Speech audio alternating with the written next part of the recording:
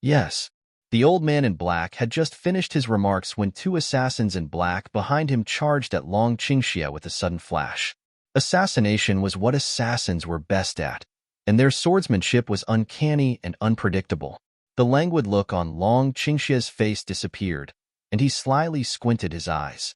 He wielded his black sword backwards and turned into a rapid blur in the blink of an eye, dashing towards the opponent's head-on. Tier 8 peak stage? A flicker of amazement crossed the mind of Jin Long and the others. They had never expected that this young man would actually be in peak stage of Tier 8. But soon they smiled contemptuously. In a 1 versus 2 fight, he didn't stand a chance even if he was also in peak stage of Tier 8, just as his opponents were. Jin Long didn't think so. He turned his head aside and said to the old man in black standing beside him, "Send your men into the cave and finish that guy." That was what they had come here for. The old man in black nodded, turned his head back, and ordered the 6 men behind him, "Go. Do it quick and clean." Yes. The 6 men nodded. With a sudden move of their bodies, they rapidly advanced towards the cave. But at this moment, bang bang. Unexpectedly, with 2 bangs, the 2 assassins who had just engaged Long Qingxia were hit and thrown far away. The next moment, Long Qingxia's figure shot towards the cave like a typhoon and appeared at the entrance of it in the blink of an eye. The black sword went straight into the chest of the assassin who was the closest to the cave. Pooh! The assassin's face was full of horror and shock, and then the sword was pulled out of his chest. Blood gushed out and stained Long Qingxia's white clothes. At the same time, Long Qingxia launched attack on the other 5 assassins at an unbelievable fast speed. Startled, the 5 assassins retreated rapidly and repeatedly. There was a ruthless, sanguinary look in Long Qingxia's eyes, which were fixed on those assassins, making them terrified. "Whoever attempts to enter this cave will be dead." His extremely cold voice was flat yet full of killing aura. Jin Long and the others were stunned. Did my eyes cheat me just now? Wind attribute? Manipulation of wind element? You have a double attribute? On the whole Shenzhou continent, people who possessed double attributes were extremely rare. Even if they had double attributes, their improvement in cultivation was surely slower than that of common people. Everything concerning martial arts had advantages and disadvantages. But this man not only had double attributes, but also had reached peak stage of Tier 8. A firm killing intent crossed the mind of both Jin Long and that old man in black almost at the same time. Anyone like him, if they're not my men, must be eliminated. Otherwise, they'll never stop making trouble in the future. Since you've come here yourself, then die with the other one. Jin Long's eyes were full of eeriness. As soon as those words were spoken, he flipped his hand and a large knife, giving off scorching heat, instantly appeared in it. Tier 9 middle stage fighting spirit surged out, and he immediately shot towards Long Qingxia with a whooshing sound. It seemed that he intended to kill Long Qingxia with one blow by himself. The look in Long Qingxia's eyes went cold. "If you want to kill me, you'll have to work harder on your skills." After saying these in a cold and arrogant tone, Long Qingxia leaped forward as weird flames appeared on his black sword. Under the astonished gaze of the others, he gave a slash towards the opponent head-on. Clang! The 2 swords covered by flames clashed together, giving off a shower of sparks. An intangible force rippled out. His opponents were astounded again. "Triple attribute? You have a triple attribute?" Extremely astonished, Jin Long said in a shrill voice after taking a step backwards. The old man in black and the others were also shocked, staring squarely at Long Qingxia. Double attributes were rare enough, but he had a triple attribute. Who's this man exactly? The impact of the clash forced Long Qingxia into backing 3 steps, and his hands ached because of the counterforce. Judging by this, there was indeed a strength gap between peak stage of Tier 8 and middle stage of Tier 9. It seemed that these men sent by the Queen this time did have considerable strength. But at this moment, Jin Long began to take this fight seriously. "Elder Black, tell your men to go all out. I want this man dead. If I don't kill this triple-attributed man today, he will no doubt be a threat to me in the future." Hearing this, the old man in black raised his hand. "You heard Lord Jin. This man must die. Kill him." "Yes."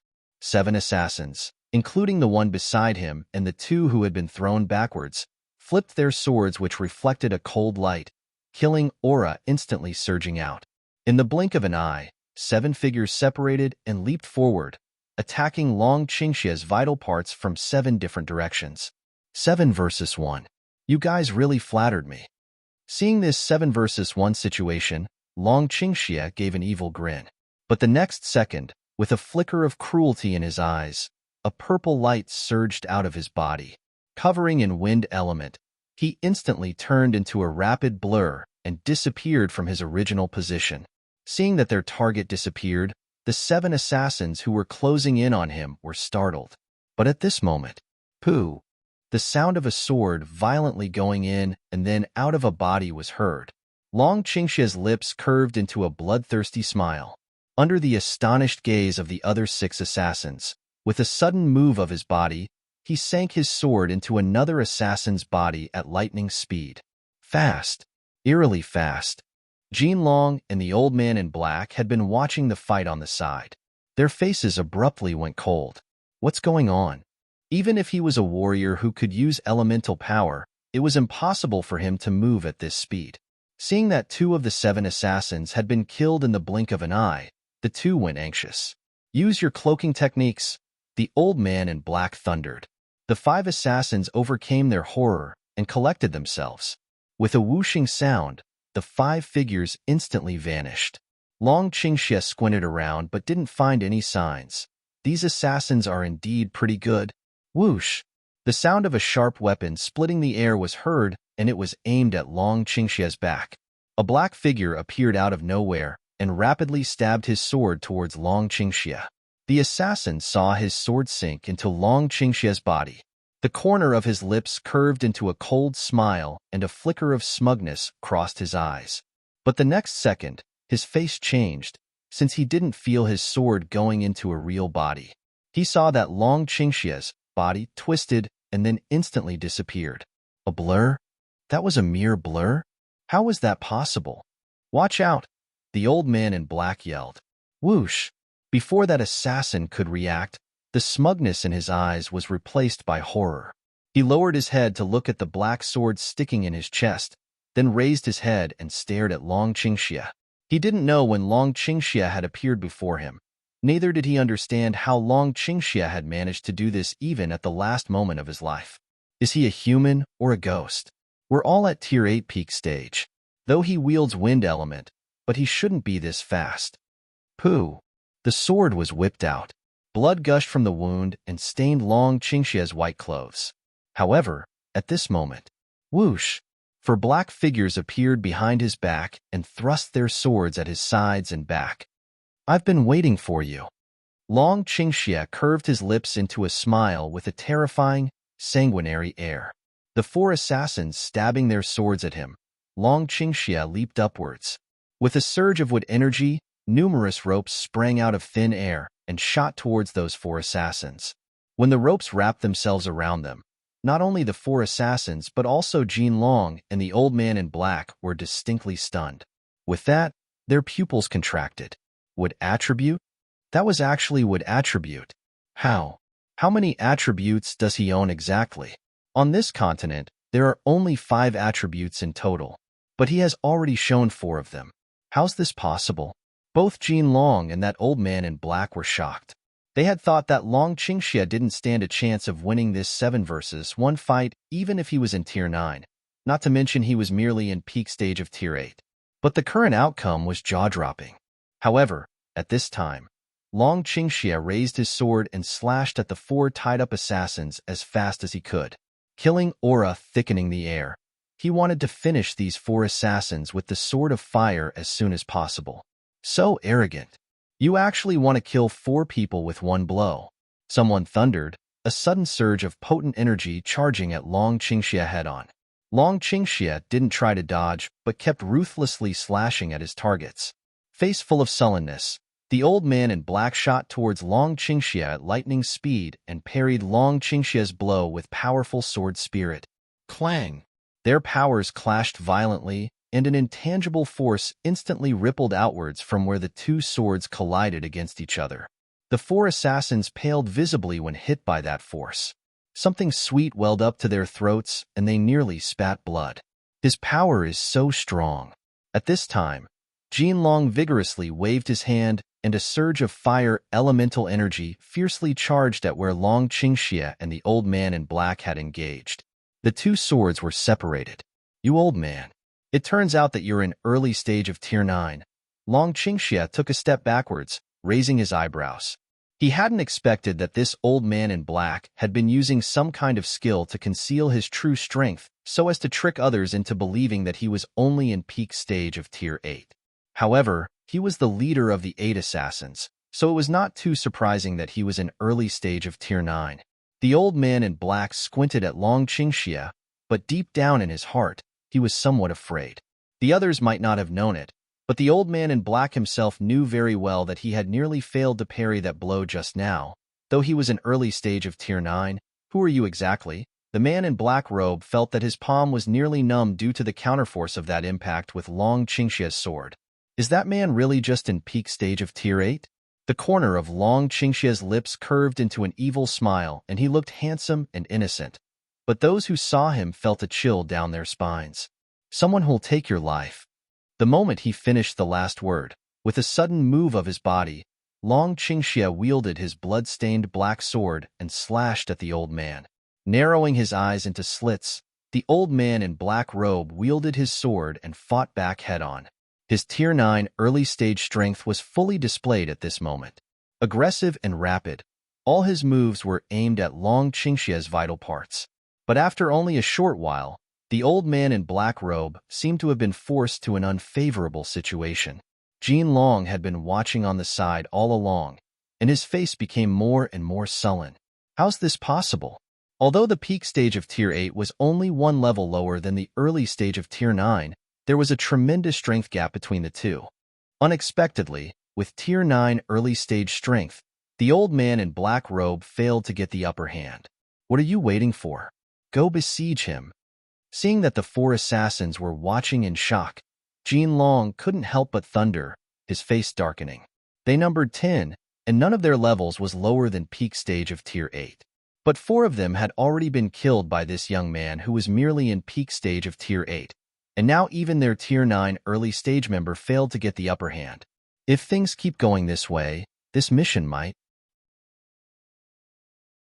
In the cave, Yunwu had sat up cross-legged. She was clenching her teeth, trying hard to repress the sharp pain that felt like her body being sawed, but her eyes were on the fight outside the cave. She was somewhat amazed. He's quadruple attributed? What kind of man is Long Qingxie? But at this moment, an uncanny, dangerous feeling flashed across Yunwu's mind, and with that Elder White's voice came. A human who ranks Grand Kung Fu Master is coming, but his chi is a little weird. It's tinged with the chi of the sorcery tribe. Chi of the sorcery tribe? Yunwu looked outside. However, Jinlong had just yelled and the 4 assassins hadn't made any moves yet when a sudden surge of eerie chi hurtled at Long Qingxie. Long Qingxie had been fighting with the old man in black robe. His face suddenly changed and he instantly somersaulted. Boom! A great crash was heard. Not far away behind Long Qingxie's original position, a huge rock was smashed to pieces after being hit by that surge of chi. Long Qingxie landed and felt a twinge in his arm. Out of the corner of his eye, he saw a long bleeding cut in the arm. Frowning, he raised his head and looked upwards. He didn't know when, but a figure in black robe had appeared in the air. An early-stage Grand Kung Fu Master? That was a middle-aged man with a glum look in his eyes, and there was a sepulchral air about him. He was the very man who appeared behind Queen Xuelu on that day. The moment they saw that middle-aged man, Jinlong and that old man in black robe were startled. They immediately bowed respectfully. Lord Zhua, why did you come? Zhuafeng peered at Long Qingxie with an eerie look in his eyes. After a while, he looked at Jinlong and asked coldly, This man is the main target that our master wants eliminated? Jinlong replied deferentially, He's not. The target is in the cave. The man gets in our way.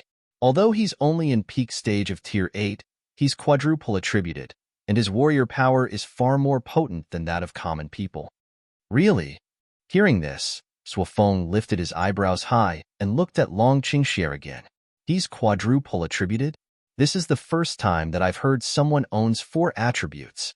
Good. It's been a long time since the last time someone aroused my interest. After a pause, Suofeng curved his lips into a sneer and said, Then I'll handle this guy. You go inside and finish the job assigned by Master. Hearing this, Jean Long and that old man in black rejoiced secretly. With Lord's intervention, they would naturally have less trouble, and this man would surely be dead. The strength gap between a warrior and a Grand Kung Fu master was different from that between Tier 8 and Tier 9. That was a strength of another rank, and there was no comparability between Grand Kung Fu master and Tier 9. Jean Long and the others respectfully bowed again. Sorry for the trouble, Lord Zhua. And then the 6 people walked towards the cave. A flicker of coldness glinted in Long Qingxie's eyes. He had just meant to move to stop them when that mysterious power suddenly hurtled at him again. Thump! The blow hit the ground and a deep dent appeared. What's the hurry? Your opponent is me. Suofeng sinisterly smiled. With a sudden move, that figure in the air shot downwards and landed before Long Qingxie. Long Qingxie frowned, knowing that this Grand Kung Fu master was more difficult to deal with than that old man at Tier 9. But he had said that he would never allow anybody to bother her as long as he was here. Jean Long and the others were about to get past him and approach the cave. A crimson light flashed across Long Qingxie's eyes. He clenched his fists, earth elemental power and wood elemental power surged in him instantly. Meanwhile, a transparent wall of yellowish-brown and green light shrouded the entrance of the cave. Jean Long and the others had just arrived at the cave when the transparent wall blocked their path. What is this? Jean Long frowned. He slashed hard at the wall with his giant knife, but he found that no matter how hard he slashed at it, the force he used always bounced back just as hard. It's so weird, his frown deepened. But at this time, a cold, surprised voice came. A barrier technique? I didn't expect that you're capable of using the long-lost barrier technique. Barrier? This is a barrier technique? Hearing this, Jean Long and the others looked at the transparent wall, amazed. It was said that barrier techniques ranked the 3rd among all techniques, but ever since summoners had disappeared, so had barrier techniques. For centuries, barrier techniques had always been existing only in rumors. They hadn't expected that this weird young man not only was quadruple attributed, but also possessed barrier techniques. Who the hell is he? All of a sudden, Suofeng burst into laugh. Ha ha, good. Very good. It seems that you kid are indeed special. But I like you. However, in the twinkling of an eye, greed glinted in his sinister eyes. Be smart and hand over the secret manual of barrier techniques to me. Maybe I'll let you live. Secret manual? Long Qingxie curved his lips into a sneer. He never needed any secret manuals, because he himself was a secret manual of utmost uniqueness. I don't have any, he replied coldly. Suofeng squinted his eyes with a terrifying, sepulchral air about him. You dare say that again? However many times I say it, the answer will always be the same, however. Before Long Qingxie could finish his sentence, a flicker of sullenness flashed across Suofeng's eyes, and with a hand-clenching movement, part of the space at the entrance of the cave twisted, along with the barrier. Crack. Cracks began to appear in the barrier. Kid, though you can use barriers, don't forget I'm a Grand Kung Fu master. In my eyes, this kind of barrier is nothing. As long as you hand over the manual of barrier techniques, I promise I won't intervene in your business. Long Qingxie sneered. You think I'll trust an enemy? Saying this, Long Qingxie slightly squinted. With a sudden move of his body, he brandished the black sword and slashed at Suofeng at an extremely fast speed. Suofeng sneered coldly.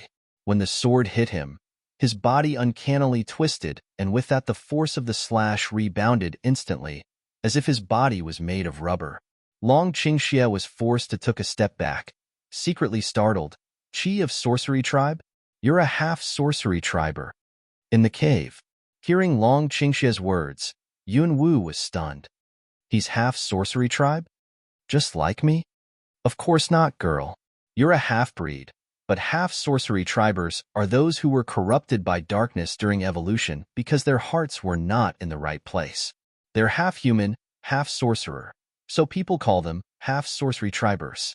In the sorcery tribe, these people are always exiled and will never be accepted into the tribe. No wonder his chi is so dark and weird. It turns out that he's a half-sorcery triber. Elder White felt what Yunwu was thinking, so he explained. But at this time, hearing Long Qingxie's remarks, Zhuofeng squinted his sinister eyes. You can actually see through my identity? Nobody had ever survived after knowing his true identity. Since you're courting death, I'll grant your request. With an intention to kill, Zhuofeng made his move in a flash, giving Long Qingxie no chance to dodge. Thud. Long Qingxie was hit and throwing backwards, impacting on the face of the hill. His body deeply sank into the rock, dust and pieces of stones everywhere. One punch. Just one punch. On the side, Jin Long stared at Zhuofeng with an odd look in his eyes. Zhuofeng glanced at the entrance of the cave and made a hard hand-clenching movement. Crack. The barrier outside the cave instantly broke. Go. Kill the one inside. Zhuofeng's grim voice was heard. Yes. Jin Long immediately rushed towards the cave. But before he approached the entrance of the cave, a white figure shot over like a ghost. Eyes eerily crimson, he coldly swept through the enemies with an icy black sword in his hand. Whoever dares to come close will die. Jin Long and the others' hearts lurched, and an astounded look appeared in their eyes. If this was not Long Qingxie, who else could he be? Zhuofeng was surprised. You took a punch of mine yet survived? Long Qingxie's lips curved up. If I die, you'll feel bored, won't you? Good. Very good. Zhuofeng gave a sinister laugh, and with that his figure turned into a rapid blur, hurtling towards Long Qingxie. Craziness flickered in Long Qingxie's eyes, and he rushed towards the opponent head-on like lightning. In the twinkling of an eye, a white figure and a black one engaged in a tangled fight. Furious power impacted and coruscated in the air. Aggressive killing aura and compressive force instantly filled the whole battleground. The intensity of the chi almost horrified Jin Long and the others, and their faces changed secretly. This guy is just in peak stage of Tier 8, but he can actually break even with a Grand Kung Fu master? Isn't this too weird? However, grabbing this opportunity, Jin Long and the others walked towards the cave, planning to kill the target of this mission first. Unexpectedly, they had just approached the cave when a surge of potent chi forced them to back off. It was Long Qingxie who had spared part of his power and launched an attack on them. But because of this, Long Qingxie got hit by Zhuofeng's palm and landed with a thud. Something sweet welled up to his throat, and he spat a mouthful of blood with a poo sound. Zhuofeng contemptuously sneered. It seems that you care about the one in the cave very much. Then I'll kill that one first. I dare you. Long Qingxie picked himself up. Haha, there's nothing I don't dare to do. But I'd like to see how long you can last fighting with me. The moment Zhuofeng finished the last word, he launched an attack on Long Qingxie. Then watch carefully. The blood-stained corner of Long Qingxie's lips curved up, and he fought back head-on. Blood had dyed red not only his white clothes, but also his black eyes. Seeing that Long Qingxie had been struck down and picked himself up again and again, and that irrespective of those deep wounds, he still tried to stop those who attempted to enter the cave. Yunwu felt a violent lurch in the heart, and even her blood couldn't help quivering. This was the first time that Yunwu had witnessed the sanguinary, cursé side of him, and it was also the first time that she saw his frenzy. And all this was for her. Am I really worthy of all this? Yunwu felt both poignancy and pain, the psychological struggle in her becoming fiercer. But at this moment, she had forgotten the painful betrayal happened in her previous incarnation, and he was the only one that she could see. All of a sudden, the violent emotional fluctuation seemed to have exacerbated the sharp pain in Yunwu's body. The pain was so unbearable that she felt that she was about to suffocate. Girl, why's your blood flowing so quick? I don't know. Yunwu clenched her fists and her eyes turned red. Gradually, blood started oozing out of her eyes. Thud. Yunwu felt a loud bang in her mind, and then piercing pain started spreading. She felt as if her head was about to explode, and her whole body ached badly. The agony was so intolerable that she felt she was going to be destroyed. But meanwhile, a stream of colorful chi abruptly rushed into her mind, and went straight into her spiritual space. What's going on? Yunwu didn't know. She only knew that the moment the stream of colorful qi entered her spiritual space, all the things around her became extremely distinct, as if she could even sense, no, she could even clearly see, those bacteria in the air that were not visible to the naked eye, with blood flowing in them. Her eyes were exceptionally clean, purple pupils giving off certain sort of mysterious light. But at this time, black blood flowed out of her mouth. Caked blood on her body and face started shedding bit by bit. At this moment, she was like a snake shedding skin. Even the outer layers of her skin shed with those blood clots, revealing inner skin as white as snow. It seemed as if the violently flowing blood was accelerating her metamorphosis. The great pain gradually subsided. Some kind of mysterious power started converging at her dantian and eventually condensed into 7 small colorful beads, which revolved around the golden red bead in an extremely harmonious way. But all of a sudden, Yunwu felt that something was swelling in her rapidly. An uncanny roar issued from her mouth uncontrollably. Meanwhile, a colorful light shone through her body and potent elemental power surged out of her. Boom! At this moment, the whole magic beasts forest started quaking eerily, as if there was an earthquake. All the beasts became restless, and those in the forest on a hunt were horrified. However, at this very moment, a figure in purple with disheveled hair abruptly shot out of the cave and hurtled directly towards the white and the black figures in the air. Thud! The impact of furious powers caused an explosion like that of fireworks. Carrying Long Qingxie in her arms, Yunwu flew down. Long Qingxie's white clothes had been dyed red and his evilly handsome face was ghastly white, but when he saw the woman beside him, the corner of his lips evilly and boldly curved up. "Are you okay?" Yunwu looked at him. He was covered in blood, and there was even a bleeding cut on his handsome face. Under this circumstance, it was not himself but her that he was worried about. Is this man an idiot? However, it was this him who gave her heart lurches. She placed him on the ground.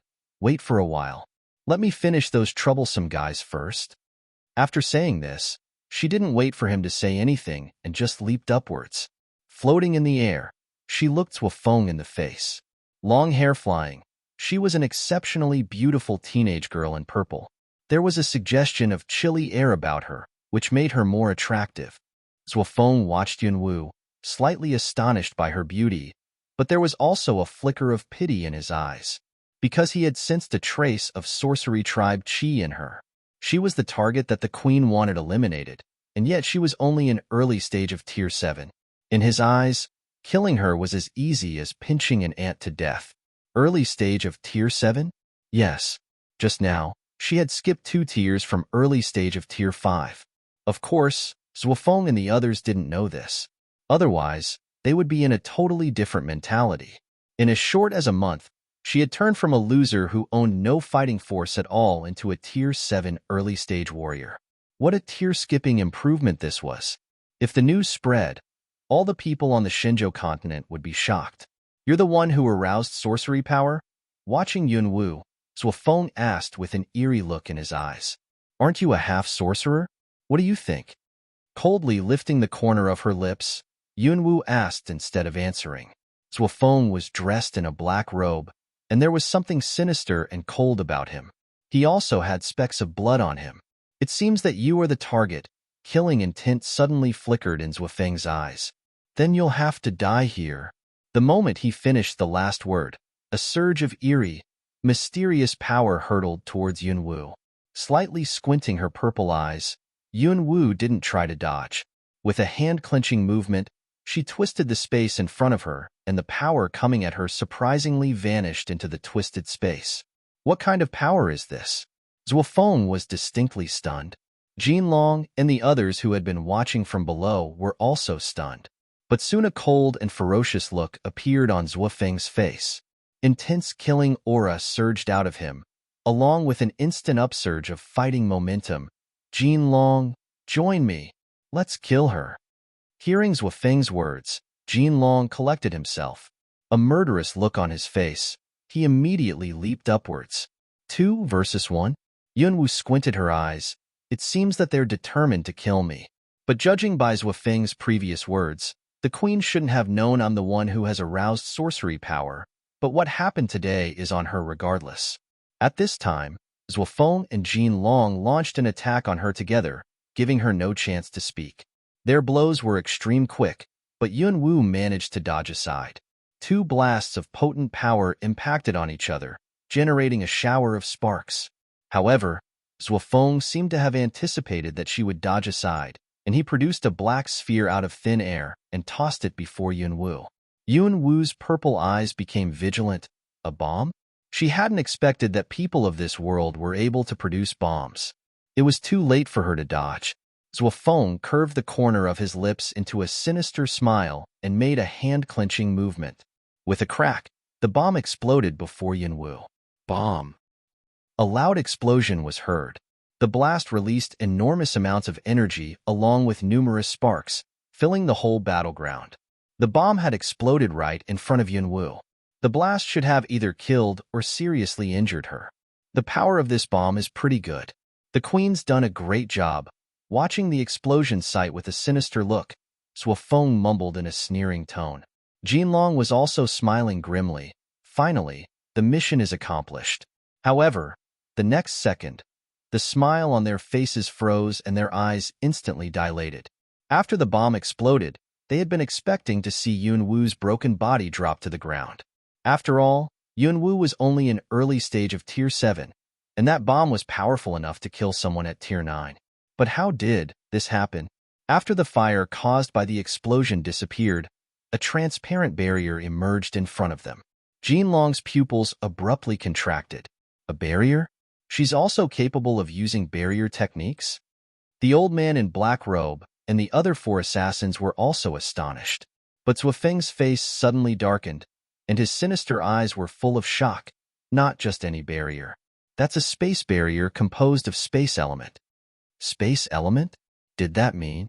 Back then at the very beginning when this world came into being, there were originally 7 elements on this Shenzhou continent: wind, wood, water, earth, fire, thunder, and space. The last 2 were special elements, and they were far more powerful than the other 5. It was a pity that very few people were capable of using the last 2 elements, and in the end, almost nobody was.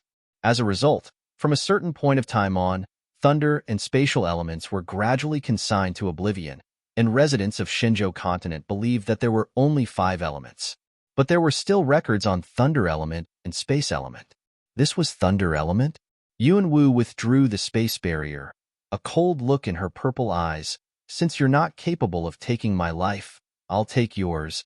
She flipped over her palm and a flame appeared.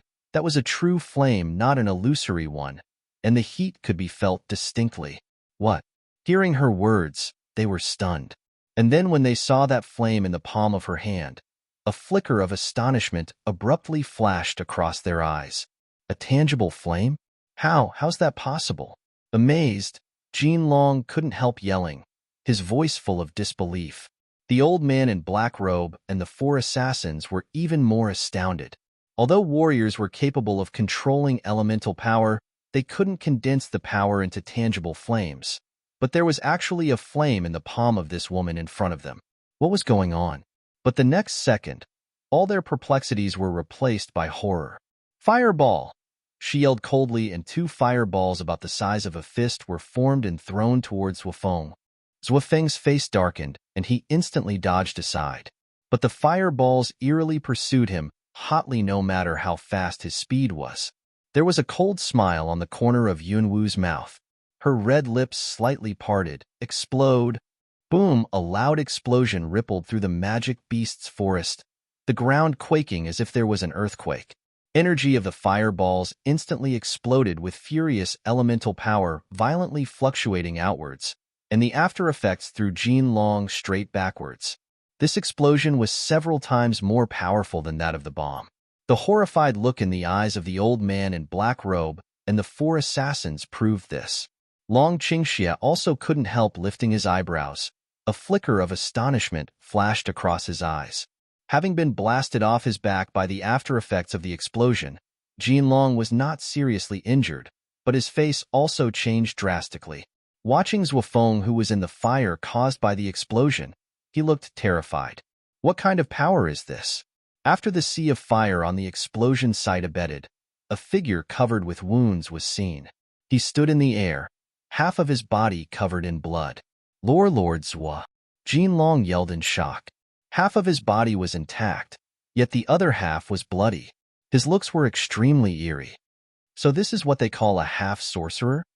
Seeing the conditions Zhuofeng was in, Yunwu started weighing the situation.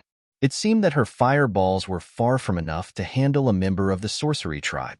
But if her opponent was a human Grand Kung Fu master, then her fireballs could seriously injure, even kill the opponent. You dare to hurt me? Zhuofeng coldly glared at Yunwu. I also want to kill you. Curling her lip, Yunwu said coldly. A glint of anger crossed Zhuofeng's eyes, and then a sinister look abruptly appeared in them.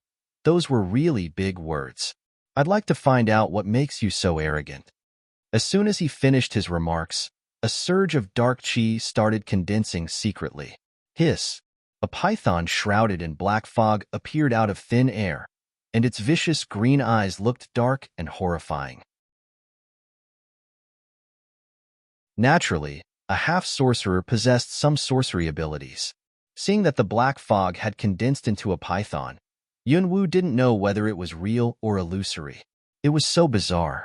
Girl, this is the vitalization power of the sorcery tribe. It vitalizes part of the user's power and shapes it into a magic beast which can actually fight like a magic beast. Elder White's voice slowly came. Vitalization power? It seemed that the sorcery tribe was becoming more and more incredible, but she was also becoming more and more curious about it. The sorcery power in me has already woken up. Does that mean I can also use the vitalization power? Yunwu asked in an undertone. Girl, you've aroused the sorcery power in you, but your body hasn't revived yet, so you can only use the small amount of residual sorcery power in your meridians, and I'm afraid that's not enough to be vitalized. Even if you succeed in vitalizing it, the magic beast it turns into will probably just be a weak one and won't be of much help. Hearing Elder White's words, Yunwu was embarrassed and resigned. This body's so troublesome. Alas, cheer up. Once your body revives, you will be able to unleash all the sorcery power in you, said Elder White. She didn't know whether he was merely trying to console her. Unfortunately, seeing Zhuofeng as well as that python, Yunwu didn't find those words very comforting. At least, she had to finish these enemies first before making further plans. Seeing that Yunwu didn't take any further action, Zhuofeng thought that she was afraid, so he felt a little complacent. This was his secret weapon. Even opponents more powerful than him would suffer. He waved his hand and said to the black python, Black python, go kill her. The black python seemed to be very intelligent. With a whooshing sound, it pounced on Yunwu with its fanged mouth wide open. Yunwu's purple eyes became vigilant, and a piece of information flashed across her mind. She took a sideways move, flipped her hands, and two flames reappeared in her palms.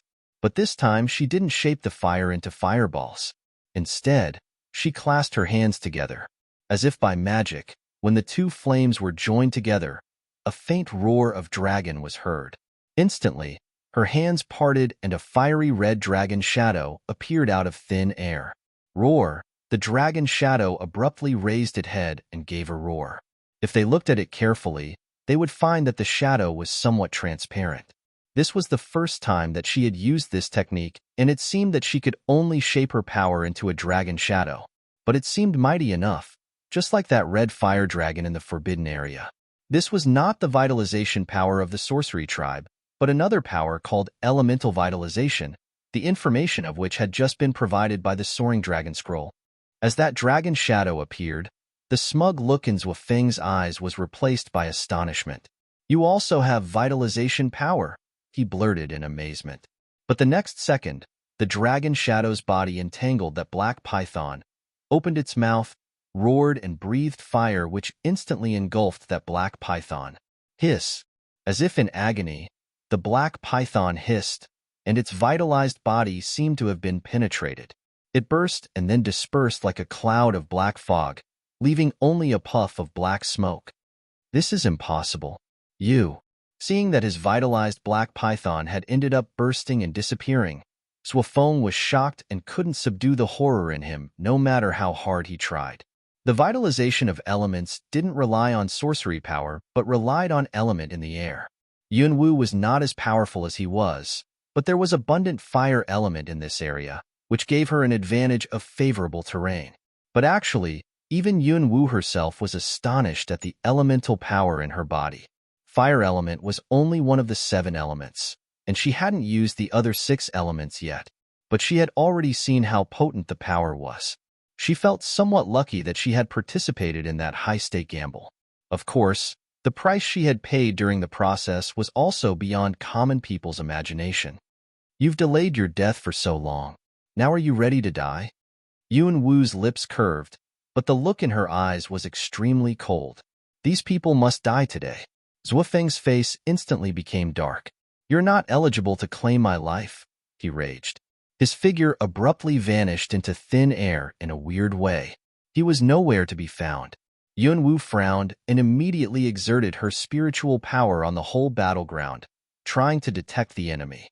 Her spiritual power was like radar waves, scanning everything in this area. All of a sudden, she felt an uncanny twist and fluctuation of space behind her.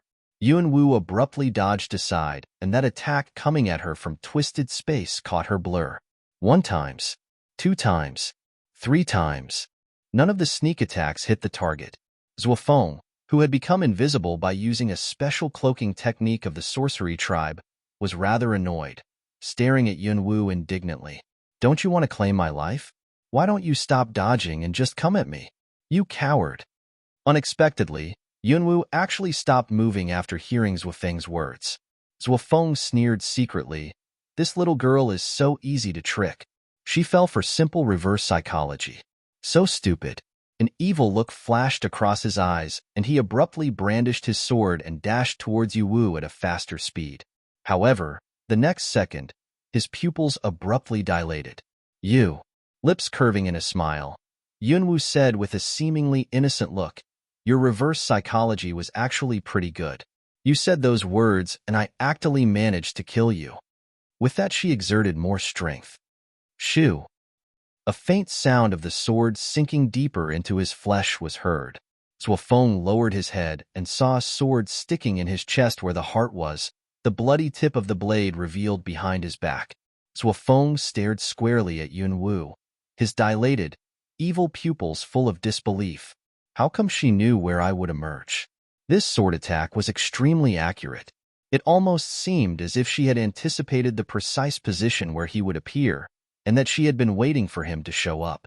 Seeing the disbelief in his eyes, Yunwu curved the corner of her lips and said in an undertone, Don't underestimate your opponent. Although I'm only at tier 7, my strength is more than enough to kill you. Although her frontal attacks were not as lethal as his, she had 7 elemental powers at her disposal now, so it wouldn't be easy for him to kill her. Since he had suicidally appeared beside her, she naturally wouldn't let go of this opportunity. She pulled out the sword and blood splattered across her purple clothes. However, the next moment, that fiery red dragon shadow in the air abruptly opened its frightful mouth and a breath of furious fire engulfed Zwafeng's body. Ah! Zwafeng's piercing screech of pain was heard. Soon, his body was burnt to ashes. At the same time, Long Qingxia suddenly felt a shiver and a faint white light flashed across his body. As if he had just detected something, a flicker of surprise flashed across his deep eyes. He couldn't help raising his head and stared squarely at Yunwu, who was high up in the air. How's this possible? Shoo! Unexpectedly, those people on the ground gasped in horror. How's this possible? You. That was a grand kung fu master. Jin Long's mind went blank, his face full of shock and disbelief. When Yunwu's eyes swept towards him, he inexplicably quivered and backed off. Yunwu squinted at him. Seeing the shock on his ghastly white face, Yunwu couldn't help sneering secretly. She slowly raised her hand and a flame popped out of her palm. What's wrong? You feel shocked?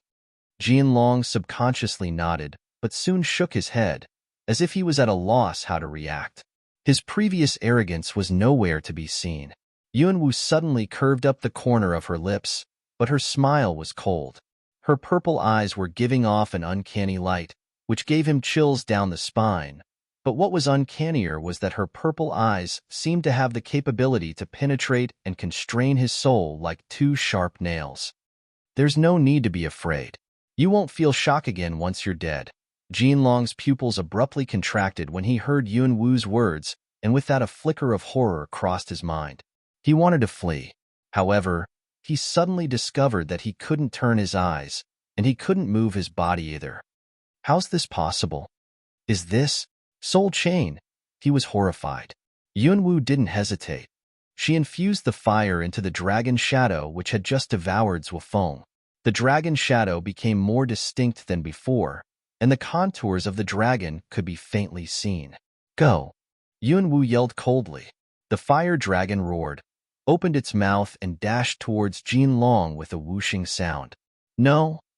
Ah! His quivering sound had barely been heard when Jinlong's body, transfixed by those purple eyes, was instantly devoured by the fire dragon. A screech of pain was heard. A smell of burnt flesh filled the air. All this happened too fast, and the most important reason for it was mind control technique. Yes. Previously, Yuanwu had briefly browsed the manual of mind control technique stolen from the treasure house. She hadn't expected that after swallowing those 7 fruits, she had not only gained 7 elemental powers, but also mastered the first level of this technique, Soul Chain. Mind control technique was a skill that enabled the user to control people with eyes. Yuanwu had just used this technique for the first time, and she distinctly felt that Soul Chain could only temporarily immobilize him but couldn't control his mind. However, faces of the old man in black robe and the others abruptly went ghastly pale after they saw this scene. Tier 9 middle stage Lord Jin has also been. Lord, what should we do? One of those assassins stammered in a quivering voice, horror glinting in his eyes. This girl was too weird. A grand kung fu master and a tier 9 middle stage warrior, who were their most powerful companions, had all been killed. What should they do? Launch an attack together? That would probably be nothing but suicide. The instant that assassin's quivering voice broke off, the eyes of the old man in black robe went sullen and he said in a deep voice, "Let's split up. Go back to report the queen." After saying this, with a sudden flash of his black figure, he disappeared into the dense forest. Seeing this, the other 4 assassins split up and vanished into the forest in 4 different directions.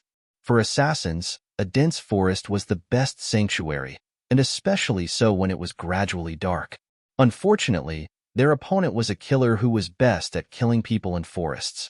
Yuanwu's lips curved into a cold sneer, but eventually she lowered her head and glanced at Long Qingxia, who was below on the ground. "Do some qi circulation first. I'll be back soon." Upon these words, her figure shot off in one of those 4 directions.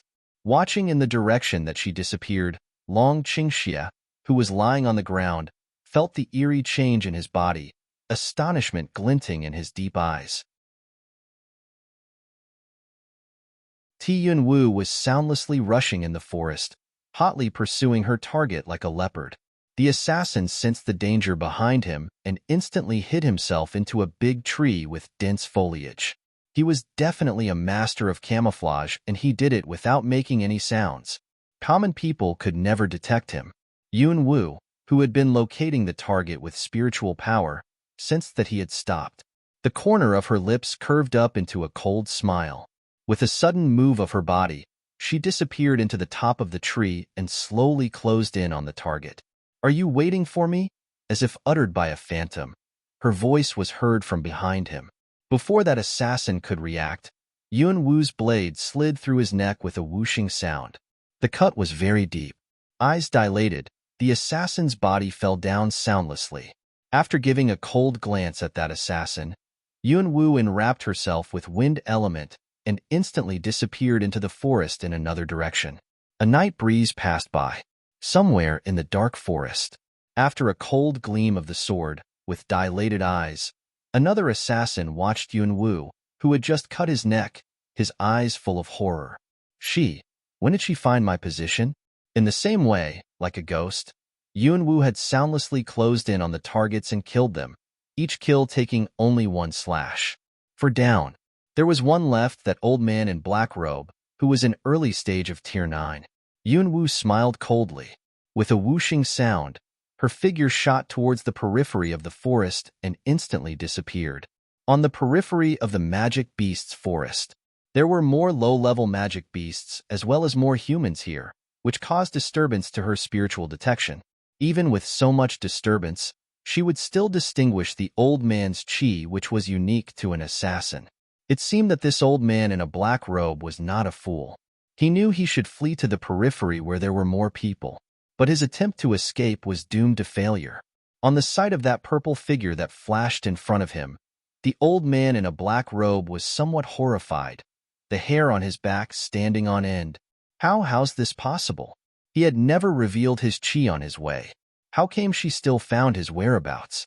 When his eyes met her purple ones, a surge of horror rose in him, and before he could yelp, his soul seemed to have been immobilized. A sharp sword was laterally swung at him and cut into his throat. At this moment, both his yell and his horror were blocked in his throat. The old man in a black robe widened his eyes, staring squarely at the two eerie purple eyes. Yunwu curved the corner of her lips into a cruel smile, coquettish and icy. She whipped out the sword, blood splattering. Blood gushed out of the wound in his neck. His eyes full of horror, his body unconsciously fell backwards. Maybe they shouldn't have underestimated their enemies from the very beginning. They should have rushed into the cave and killed her the moment the fight started. But it was too late. Yunwu coldly glanced at the body on the ground, her eyes full of apathy. Then she turned around and walked in Long Qingxia's direction. She had barely walked a couple of steps forward, however, when a female voice yelled from behind, "Hey, who are you? Stop." Upon the yell, someone covered in fighting spirit rushed over. And then a female dressed in elegant clothes appeared in front of Yunwu. Behind her, a couple of figures with powerful chi also rushed over. They were holding legendary luminous pearls in their hands, lighting up the darkness around. Yunwu stopped. She slightly raised her eyes to the female getting in her way. She was about 20, peak stage of Tier 3. The three men behind her were all warriors in late stage of Tier 8, and they were clearly lackeys. It seemed that this female was from a noble background. "Was it you who killed that old man?" After peering at Yunwu for a while, the female pointed at the body of the black-robed old man and asked. Yunwu didn't answer but raised her eyebrows and glanced at her. Seeing that Yunwu remained silent, that female couldn't help frowning. "Are you dumb? I'm asking you a question." Coldness glinted at the bottom of Yunwu's eyes. Judging by her arrogant manner, the female must be a spoiled lady of some rich family. However, Yunwu was not interested in playing with a lady like this. She indifferently turned around, planning to get past her and leave. Seeing this, the female was somewhat annoyed. With a sudden of her body, she blocked Yunwu's path. "You little girl, don't be so arrogant. Do you know who I am?" Coldly looking at her, Yunwu asked rhetorically in a flat manner, "Does your identity have anything to do with me? So you're not dumb. Then why didn't you answer my question just now?" The female said coldly with a frown. Yunwu raised her eyebrows and said idly, "Why should I answer you? Wouldn't I have lost face if I answered your question?" "Humph. You should feel greatly honored to be able to talk to me. I forgot to tell you, I'm Snow Murong, the only daughter of the Lord of Luoyang City. You're lucky to get to know me, so don't be ungrateful." However, Yunwu was totally uninterested in her words. She went past her and slowly walked away. Snow Murong was angry and she blocked Yunwu's path again. "Were you listening to me?" This time, Yunwu also went impatient. "Stop testing my patience and get out of my way. You dare to talk to me like this? Do you believe that I can make sure you never make it out of this magic beast's forest?" The female's face went cold, and a ferocious, icy look appeared in her eyes. As far as she could remember, nobody had ever dared talk to her like that. Originally, she had planned to go into the depths of Magic Beast's forest to collect some medicine. She happened to pass by this area, and a heavy smell of blood caught her attention, so she walked here out of curiosity. When she saw the body of the old man dressed in assassin's suit, as well as Yunwu who had just left, she became curious. Of course, She naturally didn't believe that Yunwu was the one who had killed the old man. She was just a teenage girl. How could she kill an assassin? That was a joke.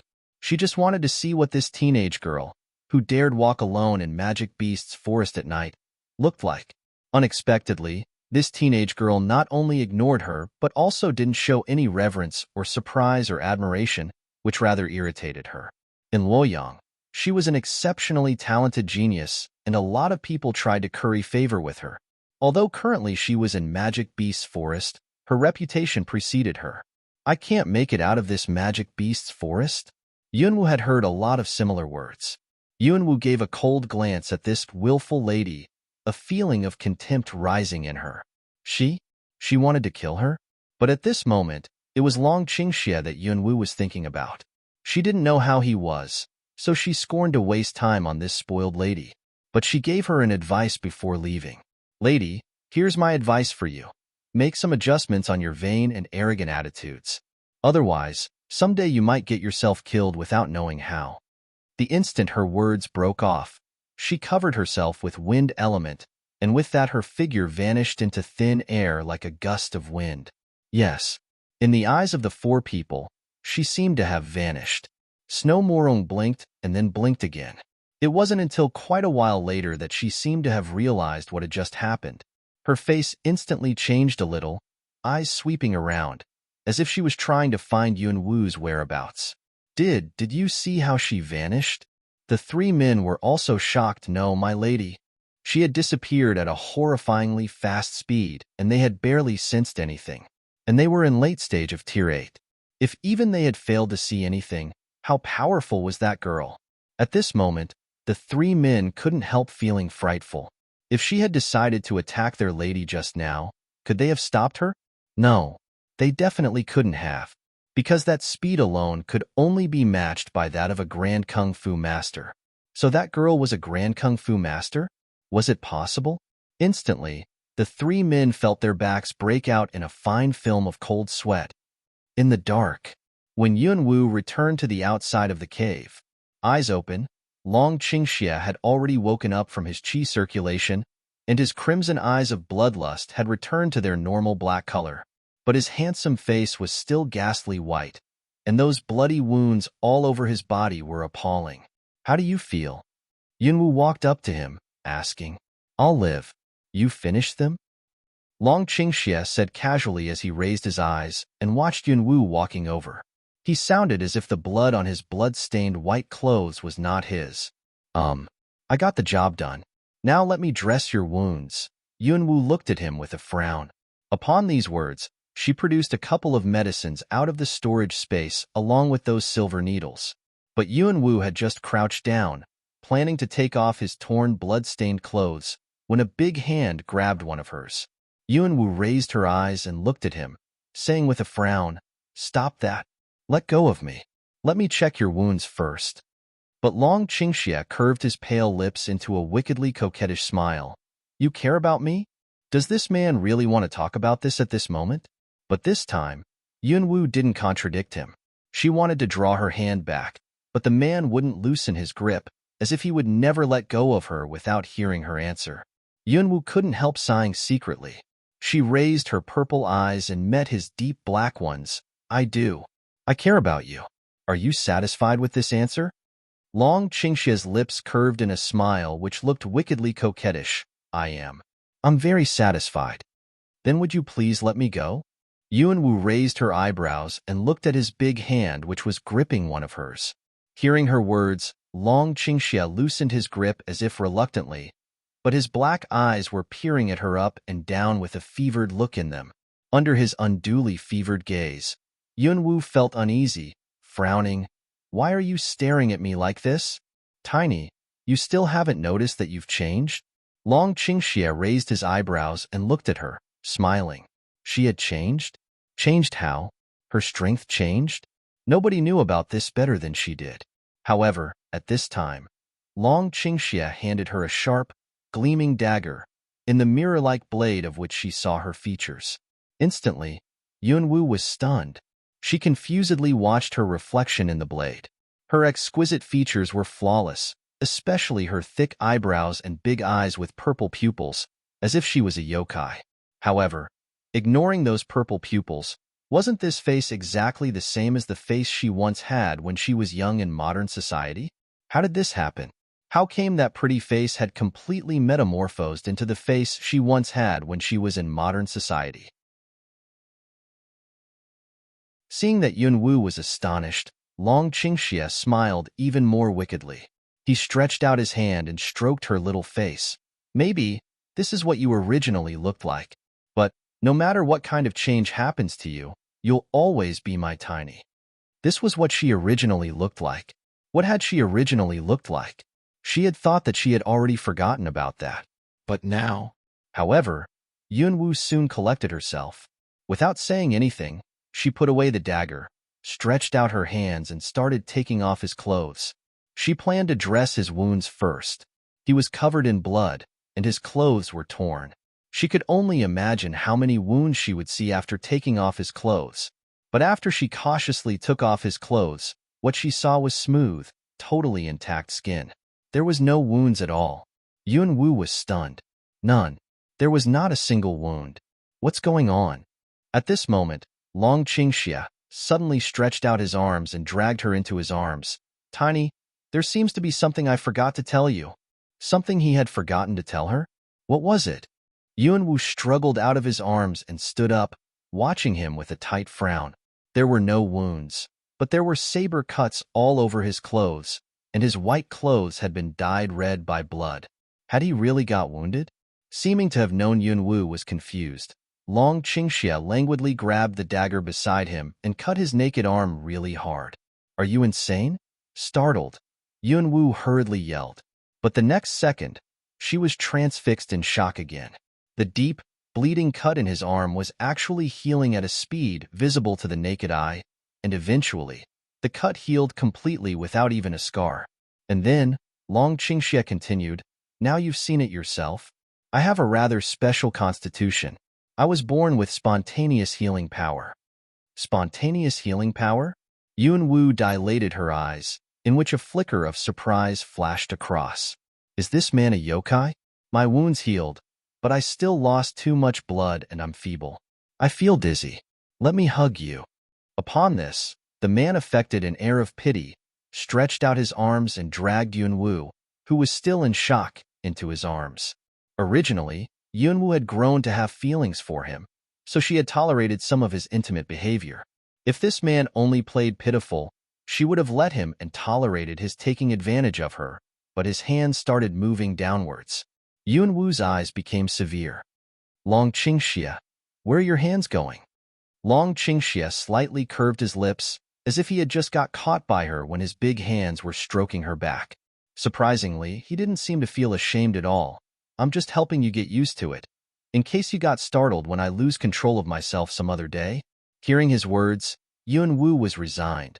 Does this man feel uncomfortable once he stops talking dirty? Stop it. Let go of me.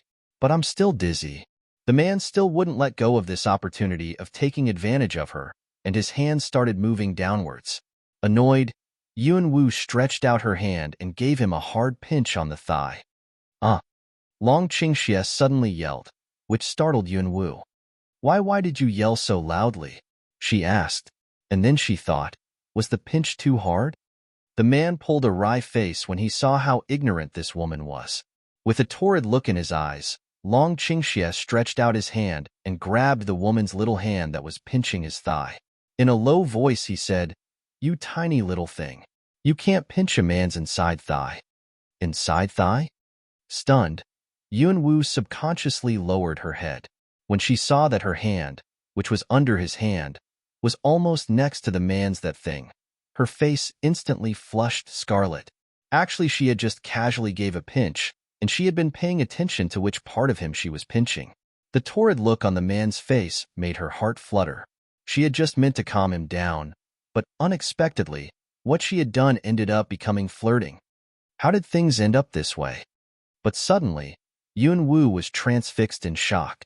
And then, she raised her eyes and looked at the man in surprise.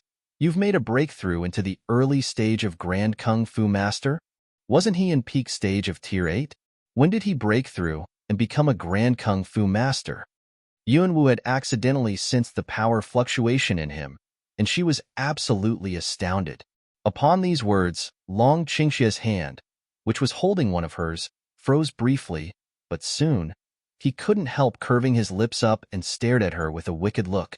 How did you know? I sensed it. You sensed it? Long Qingxia raised his eyebrows, his black eyes deeper. Tiny, you never cease to surprise me. Don't try to fool me. You're such a smart girl. But even if I tell you, you might not believe it. Long Qingxia let her lie on her side against his chest, his fingers gently stroking her smooth black hair. How do you know whether I'll believe it or not if you don't tell me first?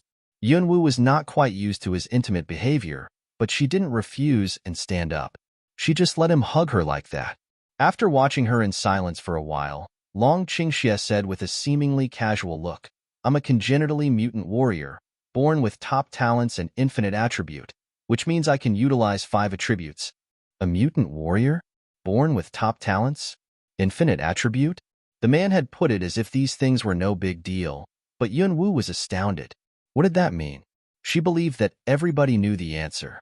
No wonder at that time this man told her that it wasn't difficult for him to break through into the rank of Grand Kung Fu Master. With these endowments, it was indeed a piece of cake.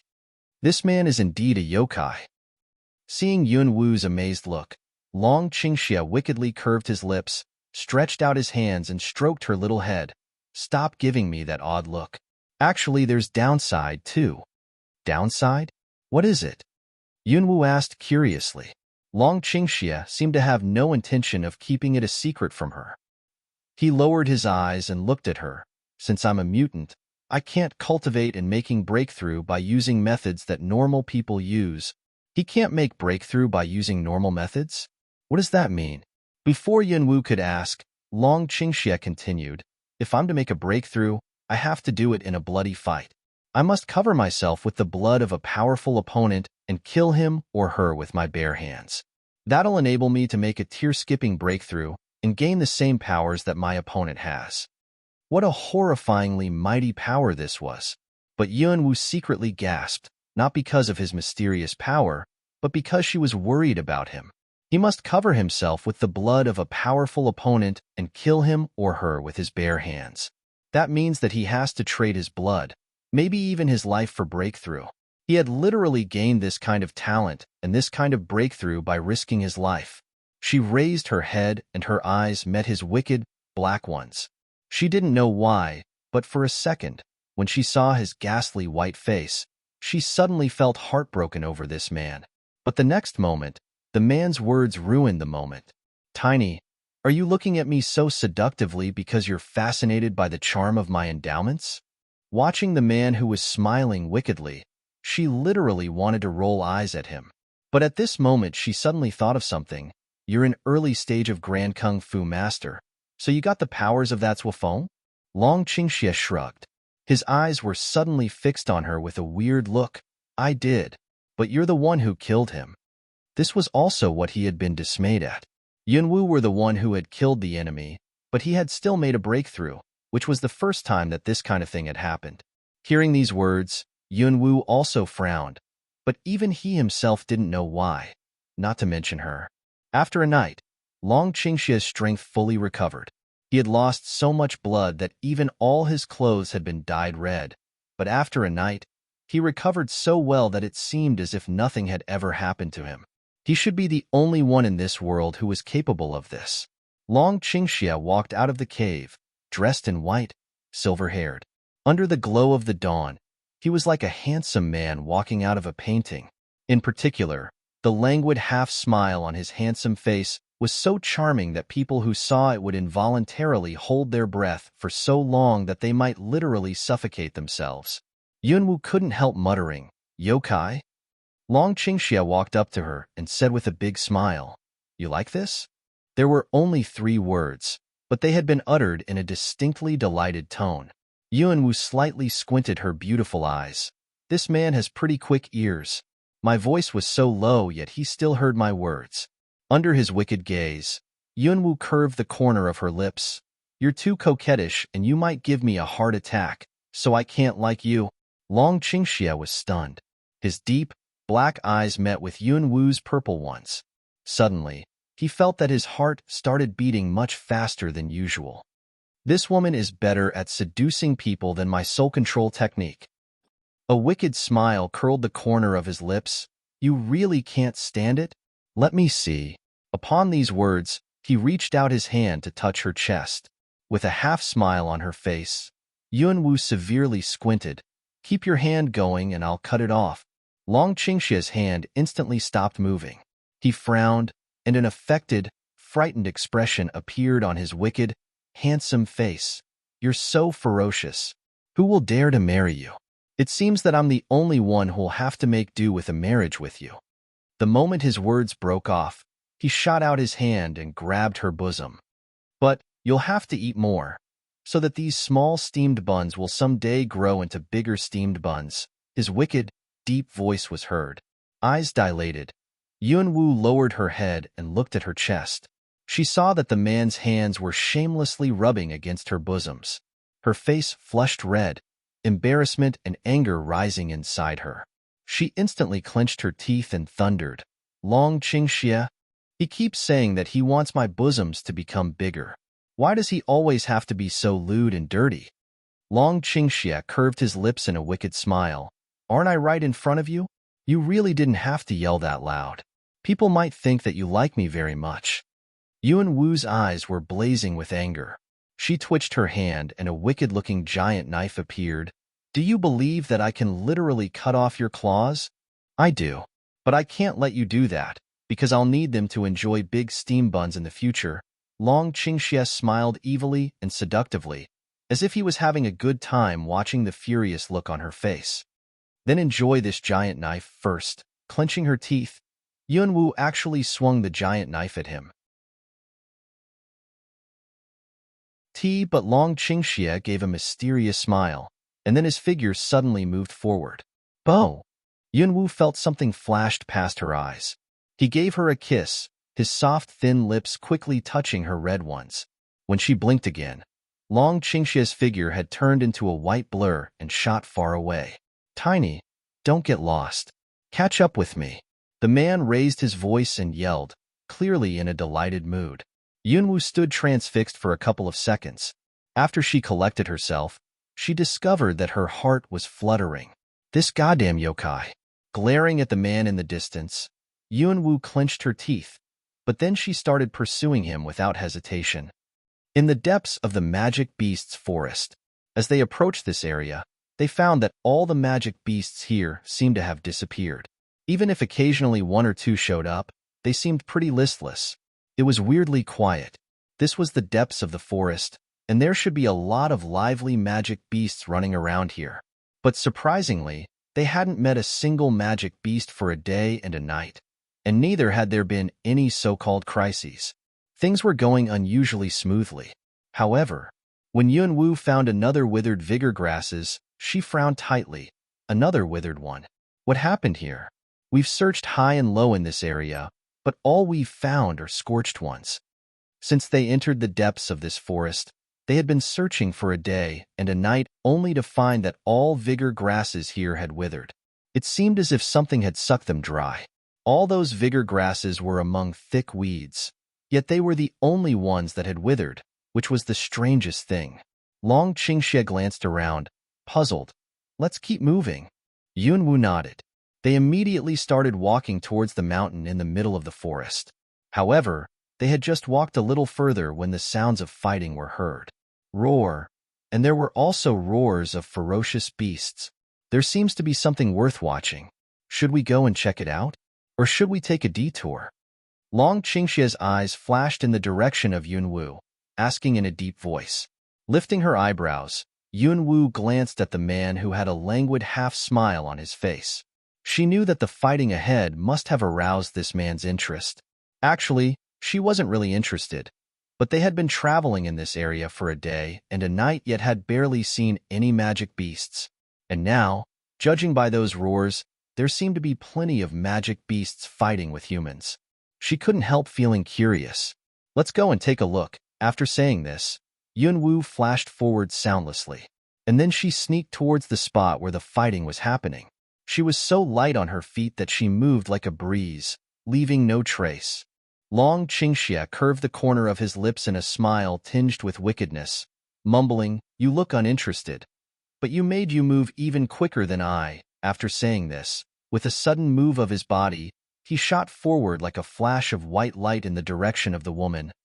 Attack from the left side and breach their defense, whatever the cost.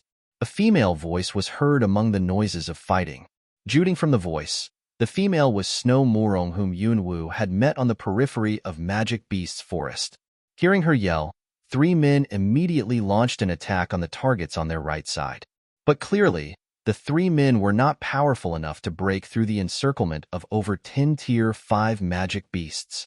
But apart from Snow Murong and her men, there were another group of people who were also besieging those magic beasts. They were 12 Tier 6 guards under the command of a young man. Dressed in a gray robe, that man was about 23 or 24 years old. He had a well-featured face and looked rather elegant. Like Snow Murong, he was standing by. Those 12 guards of his had been trying to break through those magic beasts and reach the center, but all their efforts so far had been in vain. Ouyangku, I didn't expect that you would also come here. But I'm telling you, this vigor grass is mine. I'll do anything to get it. Snow Murong glanced at that gray-robed man, a cold, sneering look on her face. Located in 2 neighboring cities, the Ouyang family and the Murong family were mortal enemies. Hearing her words, Ouyangku gave a faint smile. Lady Murong's breath is just as bad as usual. I can smell it from so far away.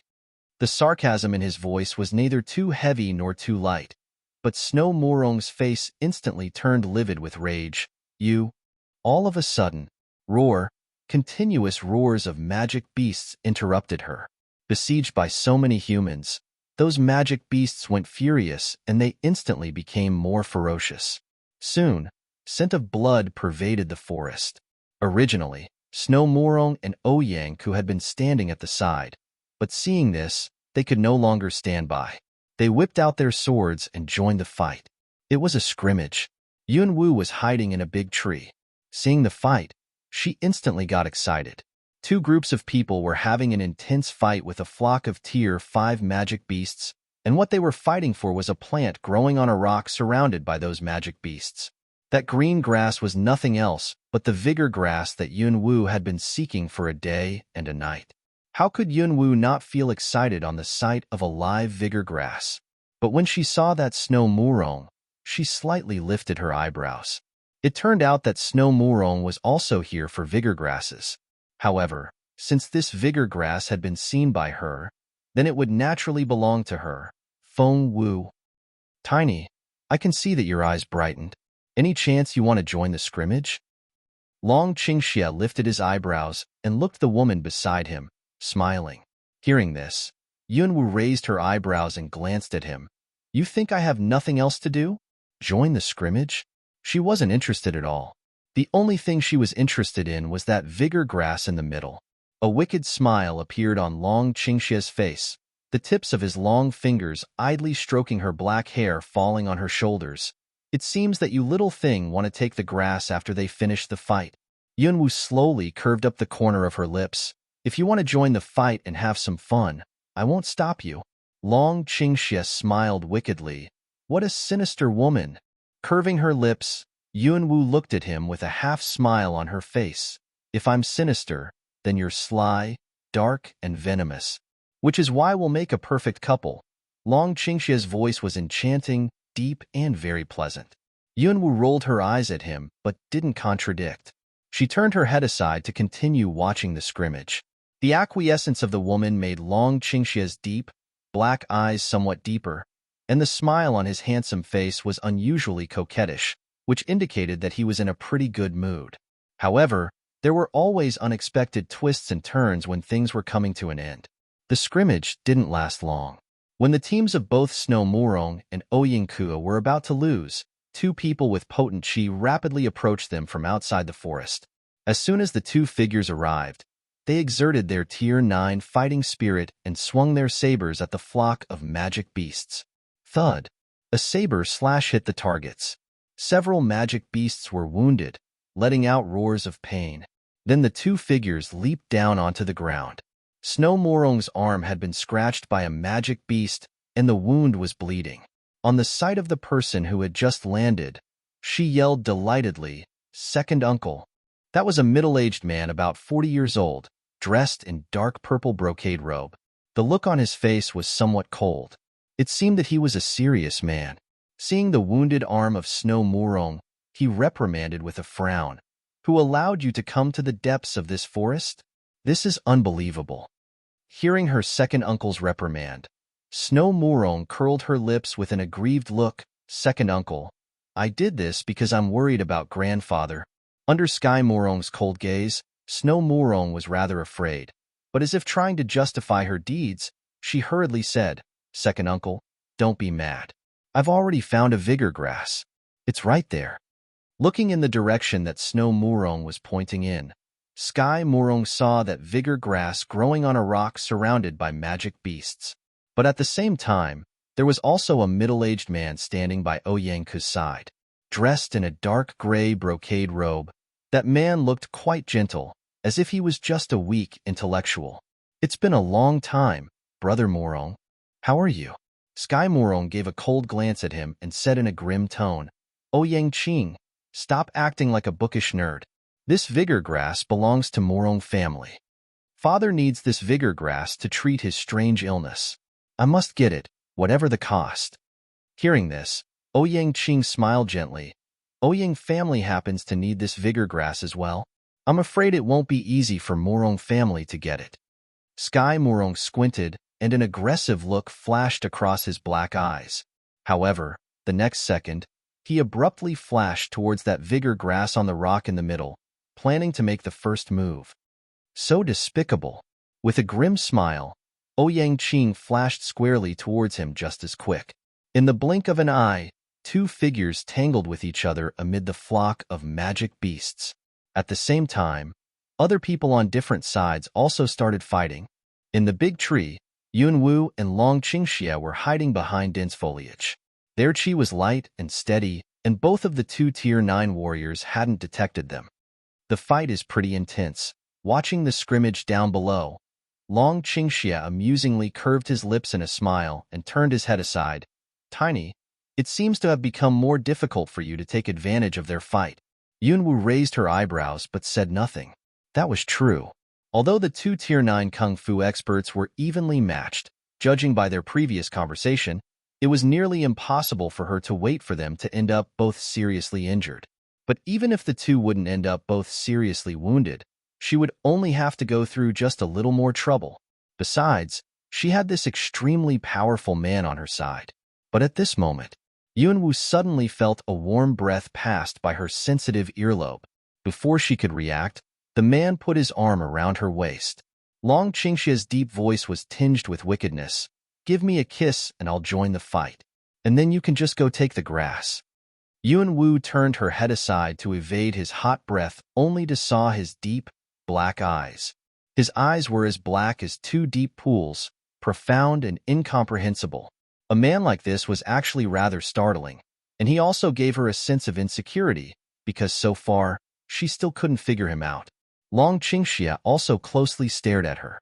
Her exquisite features were flawless, and her beauty was breathtaking. But her purple pupils were clean and the look in them bland.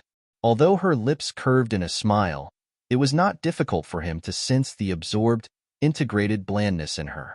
Like an ethereal white cloud floating high up in the sky, she gave him a feeling that he could never get close to her heart. If he was to hold on to a woman like her, he had to capture her heart first.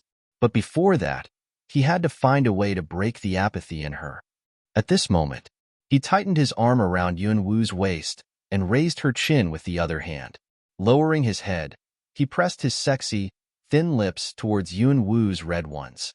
However, when their lips were about to meet, Yunwu reached out her hand and blocked the path of his lips. "You haven't finished the job yet. Wouldn't I be taken advantage of if I let you claim the reward in advance?" Looking at him with a smile, Yunwu said in a low voice, "You'll be mine in the future anyway, so this doesn't count as taking advantage of you."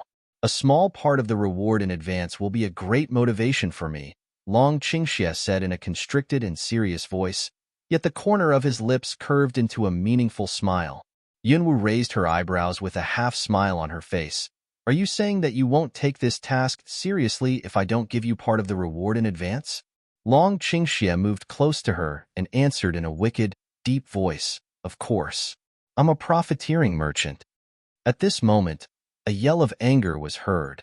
The two people, who were fighting at close quarters, were evenly matched, so it was natural that they started playing dirty tricks. There was a bloody cut on Sky Morong's arm, and he was extremely angry. Ouyang Qing, you literally stooped to shooting hidden weapons from behind. Don't you feel ashamed? You're no better than me. Compared with you, Sky Morong, I'm a far less despicable man. There was also a bloody cut on Ouyang Qing's shoulder. Humph. Then today let's settle the scores between us, both new and old ones. I can't wait.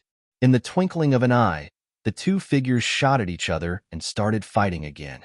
The sounds of the fierce fighting ignited an intense aura of killing, and violent undulations of Tier 9 warriors' power rippled outwards. The chi was so potent that even those magic beasts around were pushed backwards by the after effects. Yun Wu was still hiding in the tree, and suddenly her heart seemed to have left her chest to pound in her throat, because she noticed that the vigor grass on the rock was about to be broken by the power undulations. Once picked or broken, vigor grasses would soon lose its medicinal effects and wither, so vigor grasses must be used on sight. When the two sides were in a chaotic fight, a slim, purple figure with black hair and divine beauty leaped downwards straight onto that rock. However, she didn't even glance at those fighting around her. Instead, she crouched down and started cautiously digging that vigor grass along with the rock. Seeing what she was doing, everybody around her instantly stopped fighting. It's you. Snow Morong abruptly frowned on the sight of Yunwu. She's that mysterious teenage girl that I met on the periphery that night. Snow, you know her? Sky Morong glanced in the direction of Yunwu with a frown, startled secretly. When did this teenage girl come? Did she just arrive, or has she been hiding nearby for a long time? He thought. Surprisingly, he hadn't noticed her existence at all. Ouyang Qing also slightly squinted, peering at her secretly. Even he hadn't sensed her chi. Who was she exactly? But when Ouyang saw Yun Wu's beauty, a flicker of astonishment flashed across the bottom of his eyes. I don't know her. I just met her on the periphery the other day when I passed by. Snow Morong replied to Sky Morong, but her eyes were fixed on Yunwu all along. Did she use some kind of smokescreen that night? Otherwise, how come she disappeared at a speed that quick? She's just a teenage girl 15 or 16 years old. Yunwu was not really interested in their peering and speculations. She cautiously extracted that vigor grass with a dagger, and then she planned to take a small basin out of her storage space and put the plant in, and then the job would be done. But at this moment, little girl, that vigor grass belongs to Morong family, so please return that vigor grass to us, Sky Morong said coldly. No matter how mysterious this teenage girl was, people of the Morong family were determined to get this vigor grass. There's no Morong family's name on this vigor grass, and yet you said that it's yours. Aren't you bullying this girl? Surprisingly, it was Ouyang Ku who spoke. The moment his words broke off, he nodded at Yunwu in a polite and elegant manner, as if he was greeting her. Seeing his behavior, Snow Morong snorted coldly. But an aggressive look suddenly appeared in Sky Morong's eyes, and he coldly glanced in the direction of Ouyang Ku. You junior, you're in no place to speak. Even so, you're in no place to lecture him.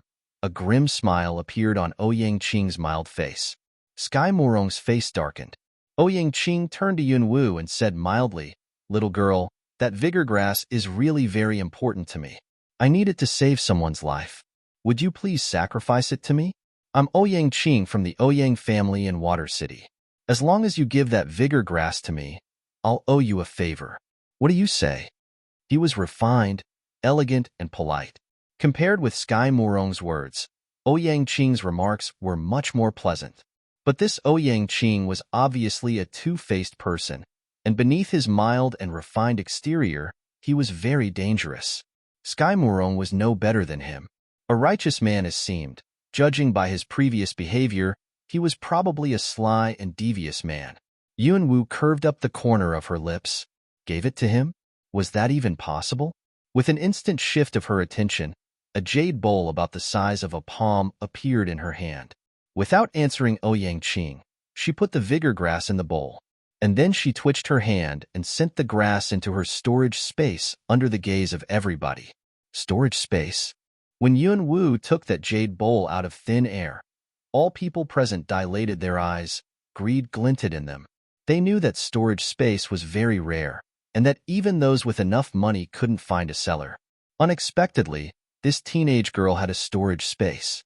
But the next moment, when they saw that Yunwu put away the vigor grass into her storage space, all their faces instantly darkened. Little girl, what do you think you are doing? Ouyang Qing frowned, a cold look flickering in his eyes. With an icy, sullen look on his face, Sky Morong glared at Yunwu. You dared to play us? Hand over the vigor grass immediately, or else I won't go easy on you. Hearing this, Yunwu finally couldn't help smiling. I seem to be getting this a lot lately. I wonder how hard you're going to go on me. Her purple eyes darted around, exerting some kind of mysterious suction. For a moment, those whose eyes met her purple pupils seemed to be transfixed. They felt as if their souls had been immobilized, along with their bodies. Sky Morong and Ouyang Qing, who were at Tier 9, instantly reacted to the danger, startled secretly. They immediately moved their eyes aside, mobilizing powerful qi in their body so as to fight against the restriction exerted on them by her weird purple eyes. Don't watch her eyes, Sky Morong yelled. Waving his hand, he exerted a surge of earth element and shrouded Snow Morong and the others with it so as to block their view of Yunwu's eyes. Ouyang Qing also took action quickly. Water element surged towards Ouyang Ku and the others and covered them, a curtain of light blue light isolating them from Yunwu's gaze. Seeing that her plan had got seen through so soon, Yunwu felt rather bored. It seemed that the first level of the mind control technique, which was Soul Chain, wasn't powerful enough. She had to put some efforts into the cultivation of it. Thinking about this, Yunwu leaped down the rock and was about to leave. Little girl, you can't take this vigor grass away. Ouyang Qing didn't look good, but he still blocked her path. Why can't I take it away? Is your name on it as well? Yunwu gave a leisurely glance at him, but then she also secretly glanced at a big tree not far away. Just because I didn't let him kiss me, he really won't come down and help? He's so petty. At this moment, Sky Morong also flashed over. Hand over the vigor grass if you want to leave, or else you'll have to leave your life here as well. Sky Morong blocked Yunwu's path with a cold face, an icy and wicked look appearing in his eyes. Yunwu sneered secretly, thinking, You think you're capable of taking my life? However, Yunwu said nothing. She detoured around them as if they didn't exist and intended to leave. Little girl, don't push me. Sky Morong's eyes became ferocious. His Tier 9 early stage qi started churning in him. Naturally, Yunwu felt the threatening undulations of his fighting spirit. She slowly stopped, turned her head back and looked at Sky Morong's cold, arrogant face. He probably thought that she was afraid. As if he was showing mercy on her, he said, Since you're still young, I'll give you a second chance. Hand over that vigor grass immediately and I'll spare you. Yunwu couldn't help letting out a laugh. Spare her? Did she need him to spare her? He sounded as if he was a good Samaritan, which was so funny. What's so funny? Sky Morong frowned. Yunwu raised her eyes and curved the corner of her lips in a smile, saying in a bored tone, Who do you think I was laughing at except for you? You snotty-nosed little kid are so arrogant. I'd like to find out what gives you the courage to sneer at me. Annoyed and embarrassed, Sky Morong eventually became furious. He abruptly mobilized the qi in him and hurled it directly towards Yunwu. A dismissive look flashed across the bottom of Yunwu's eyes. With deft footwork, her figure flashed aside and dodged his attack. Tier 7 early stage wind attribute? The moment they sensed Yunwu's strength, all people present were stunned, and with that a flicker of astonishment flashed across their eyes. Early stage of Tier 7? She was so young, but she was already in early stage of Tier 7? Snow Morong was already 20, and everybody in Luoyang City regarded her as a genius among geniuses. But even she was only in peak stage of Tier 3. This teenage girl was only 15 or 16, but she was already at Tier 7. Everybody knew very well what this meant. A Tier 7 Kung Fu master who was only a teenager? Her talent was literally against the rules of nature. Snow Murong frowned, jealousy and anger welling up inside her. She always believed that the reason why Yunwu suddenly disappeared that night was because she used some kind of smokescreen. She hadn't expected that Yunwu was a Tier 7 Kung Fu expert. Where did that leave her? A genius among geniuses. No, she has to disappear. She has to be wiped off the face of this world. Second uncle, she's so arrogant. Kill her. So that we can get not only the vigor grasp but also the storage space. Killing two birds with one stone. Snow Murong said to Sky Murong in a deep voice, a sinister and venomous look appearing in her eyes. Hearing her words, Sky Murong was somewhat hesitant, but soon he thought of his previous attitude as well as hers, realizing that it was impossible to co-opt her. A genius with extraordinary talents like her will definitely make remarkable achievements in the future. And what happened today might be a reason for her taking revenge on me someday. I must kill her. Sky Murong's face abruptly became murderous, killing aura surging out of him. No wonder you snotty kid are so arrogant. It turns out that you're in early stage of Tier 7. Today, I'd like to find out what you can do with your pathetic Tier 7 early stage strength. Yunwu squinted her cold eyes, watching Sky Murong who had suddenly become murderous. She had a vague idea of what he might be thinking about. If he was unable to have an extraordinary genius like her, whom he had already offended, to work for him, then he must kill her, lest she became powerful enough one day and come back to retaliate against him. However, what they hadn't expected was that if she wanted to retaliate, she didn't have to wait any longer, that she could kill them right now. The instant his words broke off, Sky Murong's figure vanished into thin air. The look in Yunwu's eyes became cold. Her spiritual power instantly surged out of her body, spread in all directions, and pervaded the whole place. This guy really has some dirty tricks. I'm only an early stage of Tier 7, but he still wants to attack me from behind instead of attacking frontally. He's indeed a sinister and despicable guy. Whoosh! With a flash of cold light and the sound of splitting air, a sword was thrust at Yunwu's back. People around saw that a sword suddenly shot out of thin air and sank into Yunwu's body like greased lightning. Ouyang Qing slightly frowned. He somewhat disdained Sky Murong's despicable deeds, but he had never had any intentions to stop him. Surprisingly, Ouyang Ke's face instantly darkened on the sight of Sky Murong's sneak attack. He had meant to rush forward, don't hurt her, but Ouyang Qing stopped him. However, the next second, everybody was astonished. How was it possible?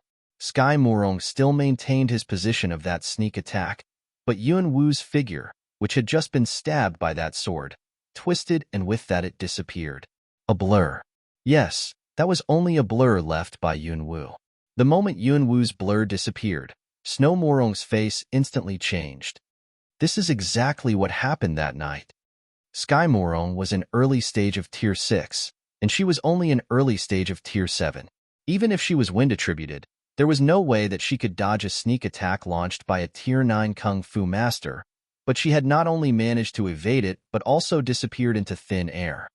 Her speed is unbelievably fast. Who is she exactly? Sky Murong was also somewhat astounded.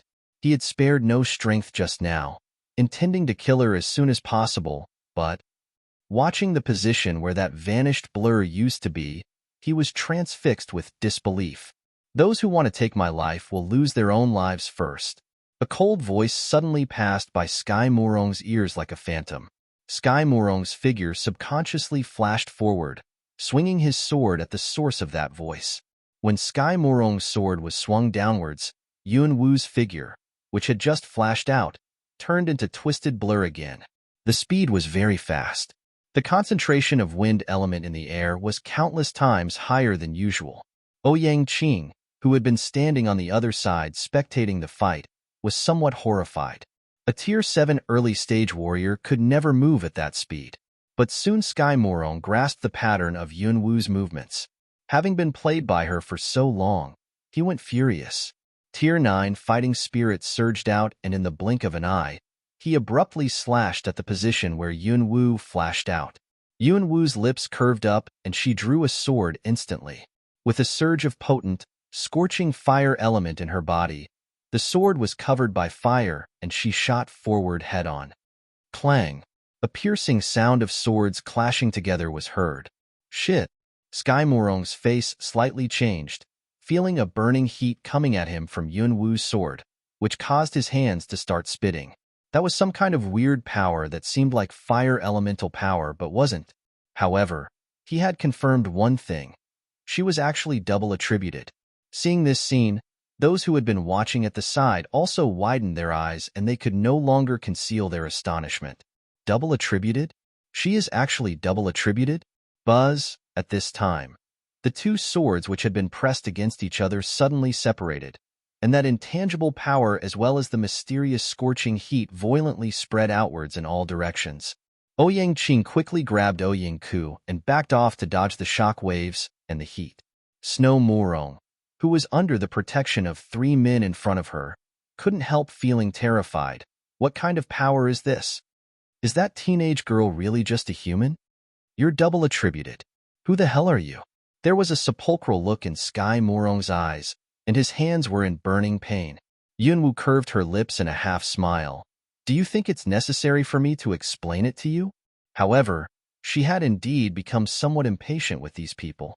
She felt that it was very boring to stop the fight halfway to talk nonsense. Yunwu detoured around them and intended to leave. You want to leave just like this? Sky Morong yelled coldly, his eyes blazing with anger. Should she stay and waste more time?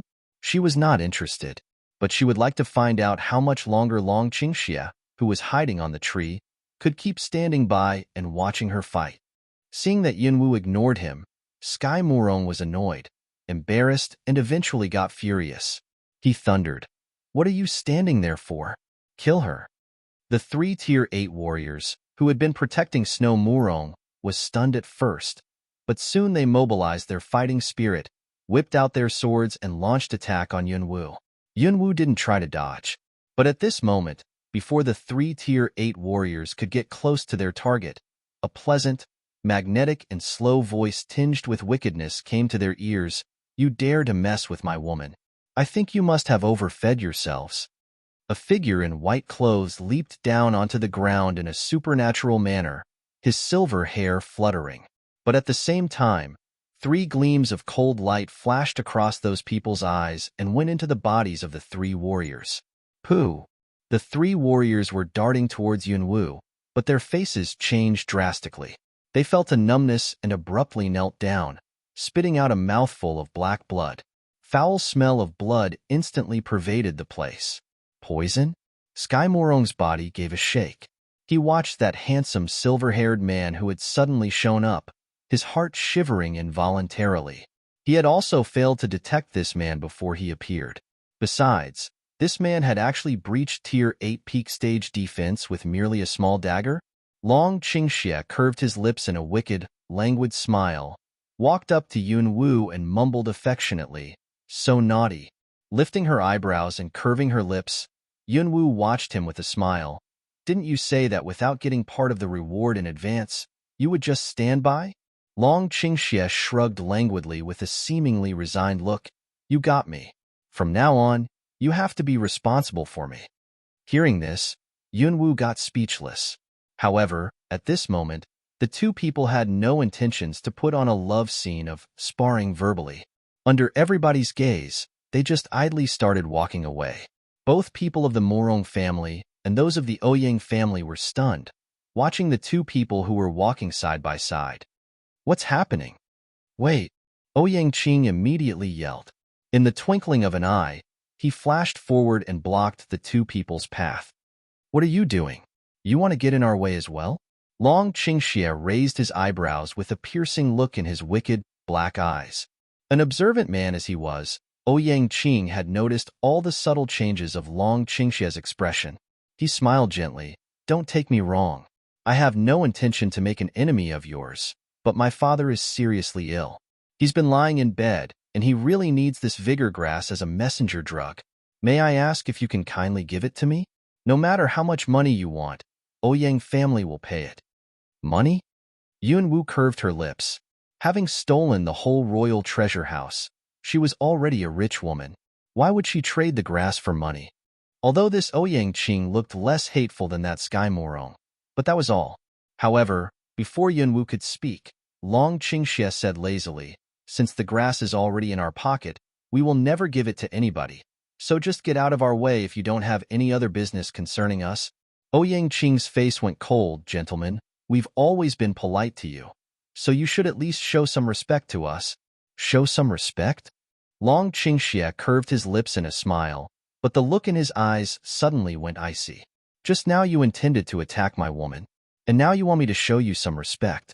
Who do you think you are? The moment he finished the last word in a cold voice, a burst of potent qi abruptly surged out of him. He waved his hand and Ouyang Qing was thrown out. Ouyang Qing impacted hard on a nearby tree. His face instantly went ghastly white, horror glinting in his eyes. Gra, Grand Kung Fu Master? How is this possible? How come this seemingly 20-year-old man was a Grand Kung Fu Master? Sky Morong was also shocked, watching Long Qingxie with widened eyes, his heart quivering even more violently. He was actually a Grand Kung Fu Master. No wonder he could breach Tier 9 peak stage defense with merely a dagger.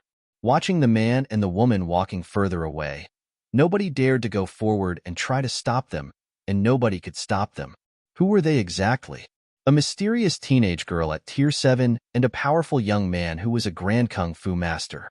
Anybody who saw the two would feel amazed and shocked, which was exactly how these people felt at this moment. You were cool. Why didn't you show up earlier? After walking out of those people's sight, Yunwu raised her eyebrows, turned her head aside and glanced at the man beside her. With a wicked smile, Long Qingxie stretched out his arm and wrapped it around her waist. I just wanted to give you a chance to show your strength. If I had shown up and finished the fight at once, how could you show it? Yunwu slapped his hand off her waist and simpered, saying, well, then I have to thank you. Because of the opportunity you gave me, I did have a good time showing my strength. If you really want to thank me, how about a kiss? Long Qingxie had a thick skin, regarding her sarcastic words as compliments. He even puckered his lips and moved on to Yunwu for a kiss. With a seemingly disgusted look, Yunwu stretched out her hand and pushed his handsome face away. Don't go too far, or I'll be mad at you. When were you not mad at me? But I like it when you're mad. Long Qingxie curved his lips in a smile, which made his bright black eyes exceptionally dazzling. He looked as seductive as a vamp. Yunwu couldn't help muttering secretly, yokai? Fine. Save your lies. We've got a vigor grass, so pureblood and dragon blood are all we need. Let's go back to the imperial capital right now. Long Qingxie withdrew his wicked grin and put on his usual languid look. There's no hurry. We can wait a little while longer. Tell me, how long has it been since the last time that you drank beast blood? Hearing Long Qingxie's words, Yunwu was stunned. That was right. If he hadn't mentioned this, she wouldn't have recalled that she hadn't drunk any beast blood for 7 or 8 days. Although she hadn't had any abnormal feelings, Elder White had once said that she needed beast blood to prevent her body from rotting. So no abnormal feelings didn't mean that everything was okay. Yunwu didn't know whether it was some kind of psychological effect, but she suddenly felt that her whole body wasn't right, as if her blood and flesh were not fresh enough. Then let me go and get some beast blood first. Upon these words, Yunwu intended to rush away. In this area, except for those magic beasts that they had seen during that scrimmage, there didn't seem to be any other magic beasts around. So they would have to go to some other areas to search, or go to the periphery. However, a big hand grabbed Yunwu before she could leave. What's the rush? I haven't finished my word yet. What else? The blood of high-level magic beasts is more nourishing to your body. Now that we are already so deep in the forest, let's get us a high-level one. Hearing Long Qingxie's words, Yunwu frowned, thinking about which level she could handle with her current power. She had 7 elemental sources in her, but she had also discovered that it was more strength-consuming to use those 7 elemental power than it was to use fighting spirit, which meant that she should avoid long fights. Considering all these factors, she'd better choose a magic beast that was approximately in peak stage of Tier 4 as her target. Let's go and find some magic beasts first. After saying this, Yunwu flashed towards the depths of the forest. Blood of high-level magic beasts was indeed highly beneficial to her health. After the last time that she drank the blood of a red fire dragon, she had felt exceptionally comfortably for days without drinking any extra beast blood. Maybe, if she managed to get some blood of a high-level magic beast, she wouldn't need to go hunting at all during the few days that she was going to spend in the Imperial City. Long Qingxie followed her in a leisurely manner. With his current power, he could easily handle all magic beasts the levels of which were below Tier 6.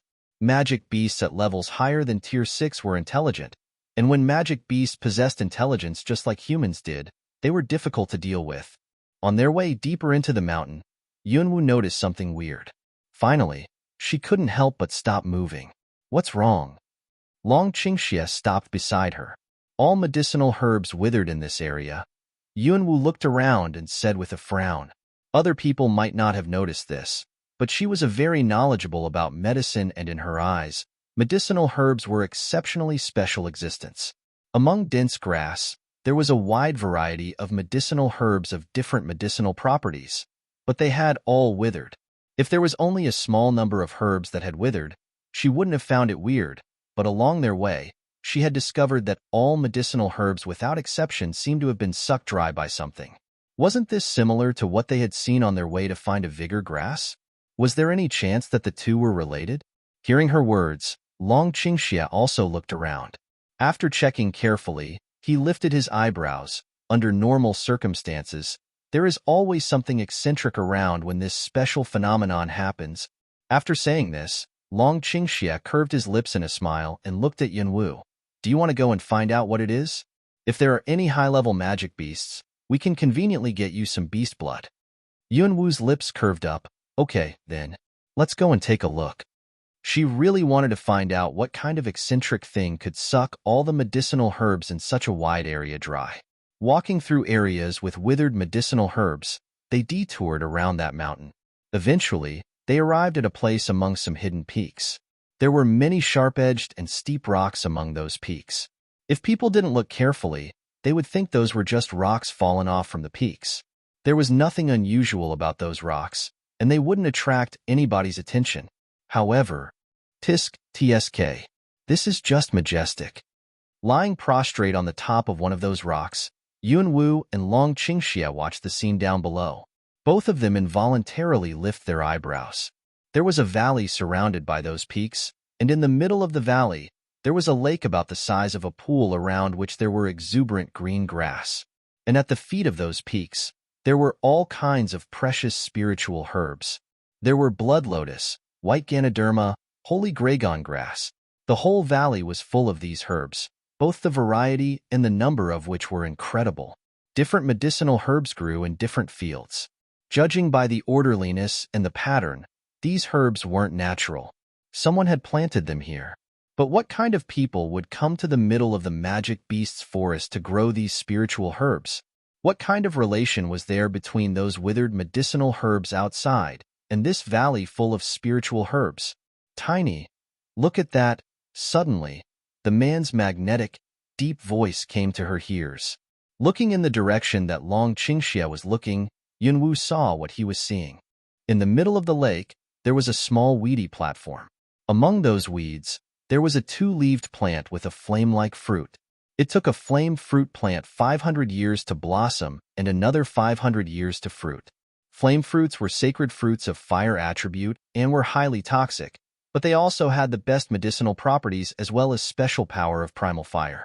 If someone managed to absorb the power, his or her fire attribute would become several times stronger. And the root of a flame fruit plant possessed the efficacy of dissolving decayed bone tissue and revitalizing flesh. A piece of information passed across her mind. Yunwu lifted her eyebrows. No wonder all those medicinal herbs were sucked dry. It turns out that this 1,000-year-old flame fruit is reaching maturity. 1,000-year-old flame fruit? Hearing her words, Long Qingxie raised his eyebrows, his black eyes staring at her. Tiny, I didn't expect that you know about so many things. He knew that was a flame fruit only because he had once read about it in an ancient book.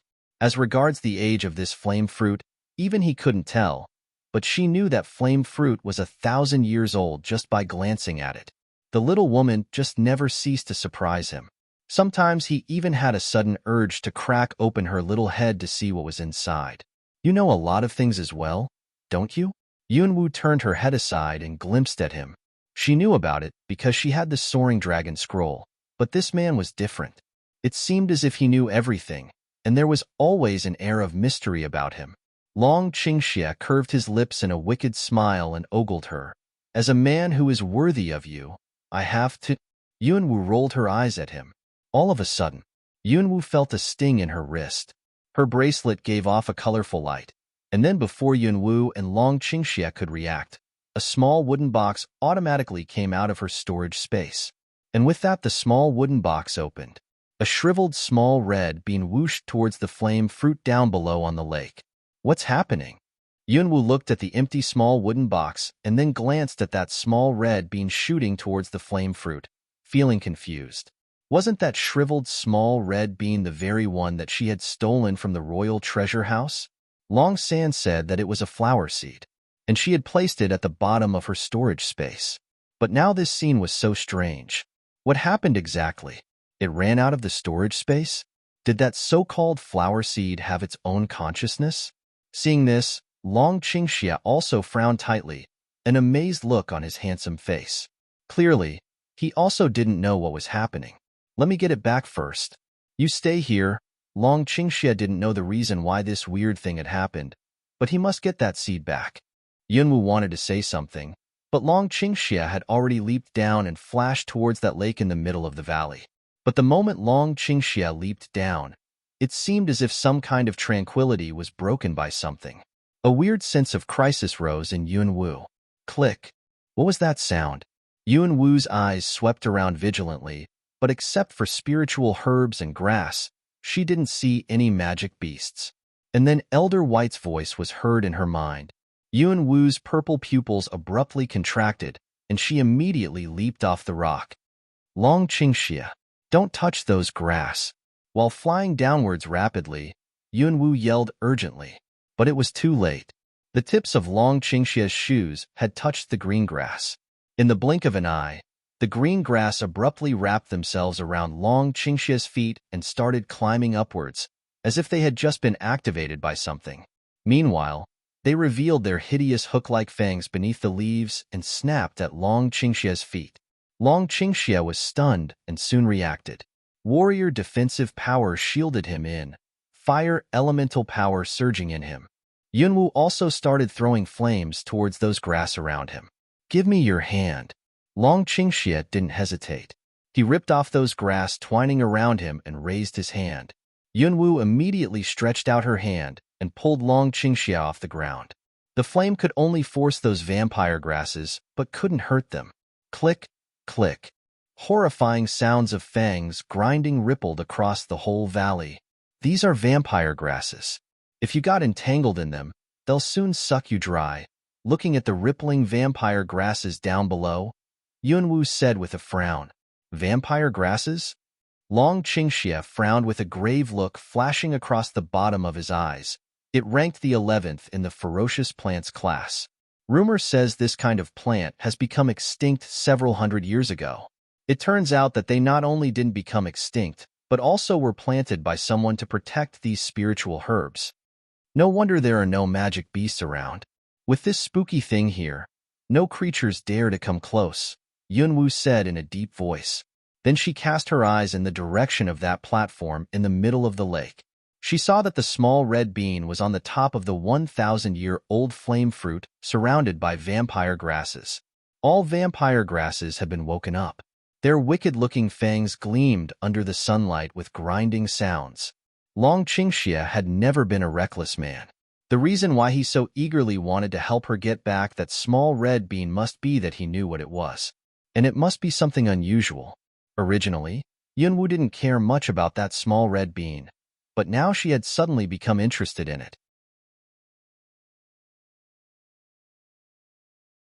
Not to mention that thing had always been hers, and she couldn't just give it up like this. Wait a moment, Yunwu said to Long Qingxia, and with that her figure shot towards that platform above the surface of the lake.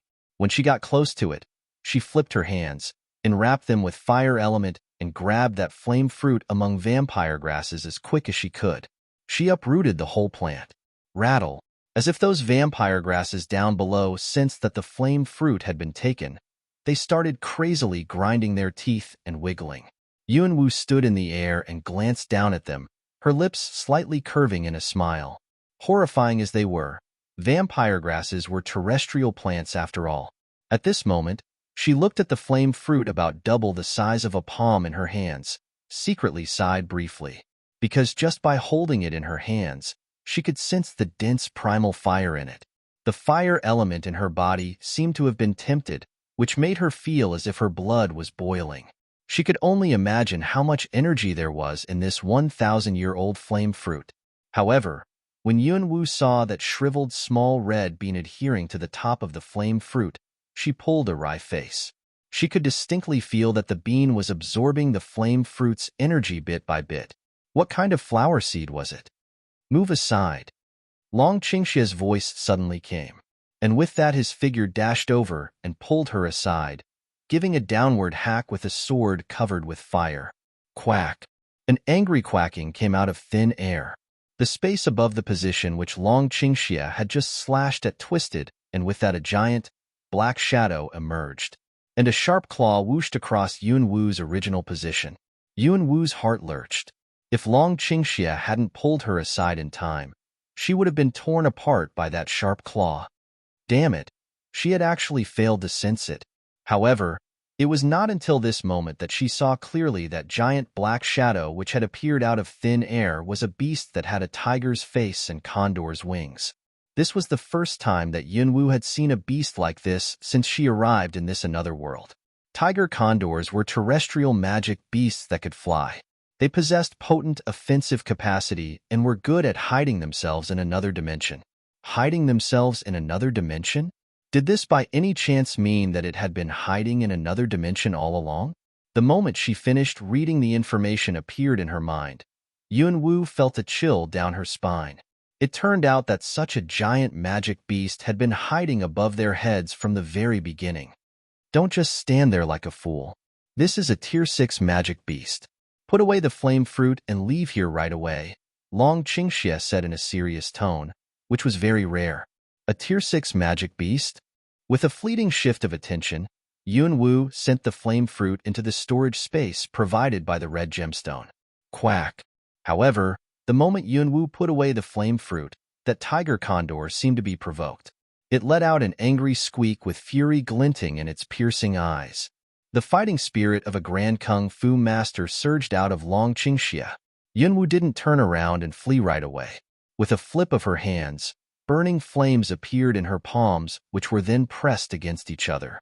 The contours of a dragon, condensed into by fire element, emerged. Roar! Roars of the dragon split the air.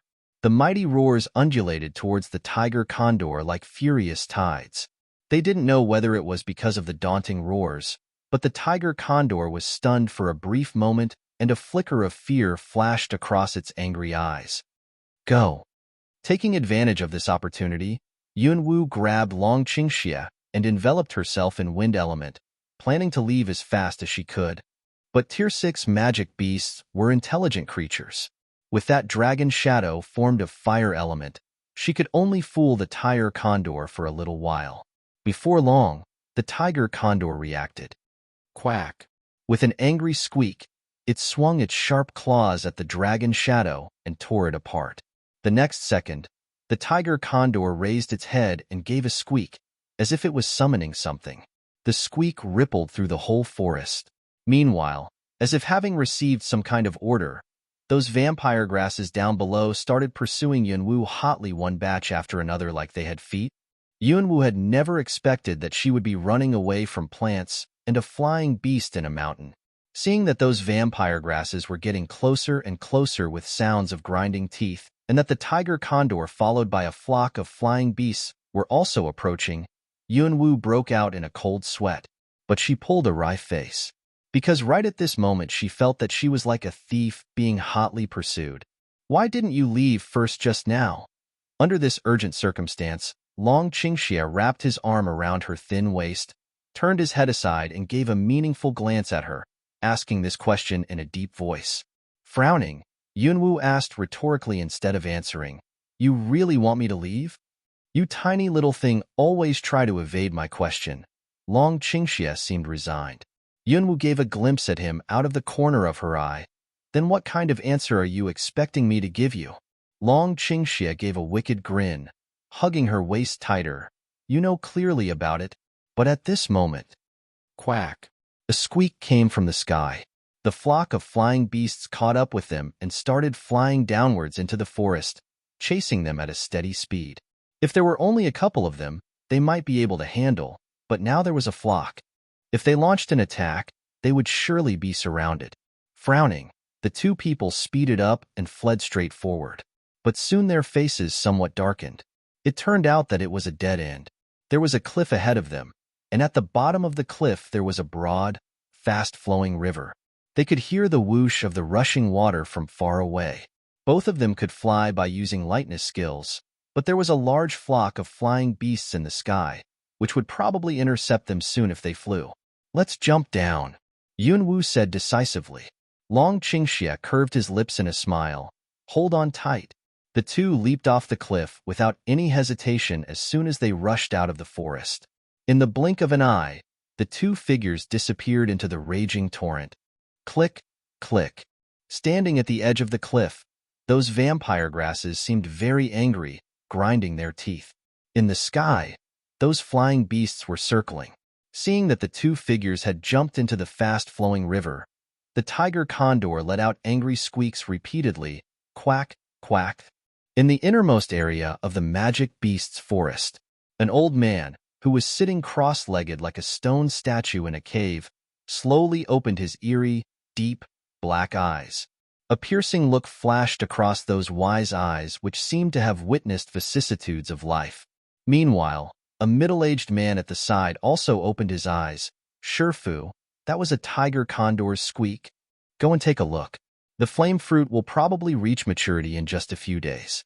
We don't want any surprises." The old man's deep, dignified and old voice was heard. The middle-aged man nodded in respect. "Yes, Shifu." After saying this, he stood up and walked towards the entrance of the cave. The moment he walked out of the cave, with a sudden move of his body, he instantly vanished as if he had turned into air. If Yunwu and Long Qingxia had seen this, they would surely be startled. Because that man's strength level was absolutely above that of a Grand Kung Fu master, and if an apprentice's strength level was above that of a Grand Kung Fu master, how powerful would his Shifu be? "Hold tight to me and don't let go." Long Qingxia was tightly holding Yunwu's hand, but was still unable to steady themselves due to the raging torrent. They had thought that the downstream part of the river would be slower. Unexpectedly, instead of becoming slower, the river flowed faster and faster as they floated downstream. Underwater, there were many sharp rocks on which the strong current impacted from time to time. More and more cuts and bruises appeared on their bodies. Even if they were good swimmers, they wouldn't be able to control their directions under such circumstances. Not to mention that this river was very broad, and they couldn't find anything to grip on to get ashore. Snap! The sound of a bone breaking under impact was heard. Carried by the torrent, the two figures were drifting downstream rapidly. After an unknown length of time, Yunwu gradually came around from a half-unconscious state. The moment she regained her sensation, sharp pains were felt. She could distinctly feel that several of her bones had been broken and that there were numerous cuts on her. Also, her abdomen had been penetrated by something. She couldn't help letting out a muffled grunt, and with that her consciousness gradually recovered under the stimulation of great pains. Slowly, she opened her eyes, discovering that she was lying on the riverside. Half of her body was still in the water, and she felt icy cold. She feebly struggled to sit up, coughed and spat out the water in her mouth, feeling a burning pain in the throat. It was not until this moment that she saw clearly that there was a branch sticking in her abdomen. Her purple clothes were ragged, and she was covered in wounds with multiple fractures. Even so, she was still alive. It seemed that this body of hers was indeed rather weird. However, a figure abruptly flashed across her mind. Long Qingxia? This was a river with shingle riversides. Yunwu hurriedly looked around but found no trace of that man. She remembered that the last moment before she lost her consciousness, Long Qingxia seemed to impact on a sharp rock, trying to protect her. Although she knew that he possessed spontaneous healing power, she was still very worried about him. She attempted to stand up, but as she moved her body, the pains got intenser, as if every nerve in her body was screaming. Abruptly, a pang of intolerable pain shot across her body. Something sweet welled up to her throat. Pooh! She spat out a mouthful of blood. Yuan Wu's face went ghastly white, but she discovered that the blood that she had spat out was black. Black blood? What's going on? She wanted to check her physical condition, but the moment she tried to mobilize the qi in her dantian, the wound caused by that branch sticking in her abdomen ached badly. The great pain clutched at her every nerve, and she nearly groaned involuntarily. She broke out in a cold sweat. Her ragged clothes were soaking wet, and she couldn't tell whether it was because of the sweat or the river water. Still, Yunwu stretched out her hand and attempted to pull out that branch sticking in her abdomen. Having been soaking in water for so long, her wounds had become white. If she didn't pull this branch out, the wound would surely fester. However, the moment Yunwu's hand touched that branch, it twitched and sank deeper into her body. The pain was unbearable, but Yunwu abruptly widened her eyes. Watching that deadwood, Yunwu didn't find anything unusual about it. Was it because she was too weak, so that she had just seen an illusion? Stretching out her hand, she touched it again. Air! The branch sank deeper again, and Yunwu's face abruptly went deathly pale. That was not an illusion. What the hell is this thing? She could distinctly feel that the branch seemed to be gnawing at the flesh in her abdomen, but it also seemed to be rooting and sprouting. Yunwu was horrified, and this was the first time that she had felt fear. But right at this moment, from the wound where the branch was, waves of biting pains ferociously swept over Yunwu, and she couldn't hold any longer. She lapsed into unconsciousness and fell to the ground limply. Faintly, she seemed to be hearing distant footsteps.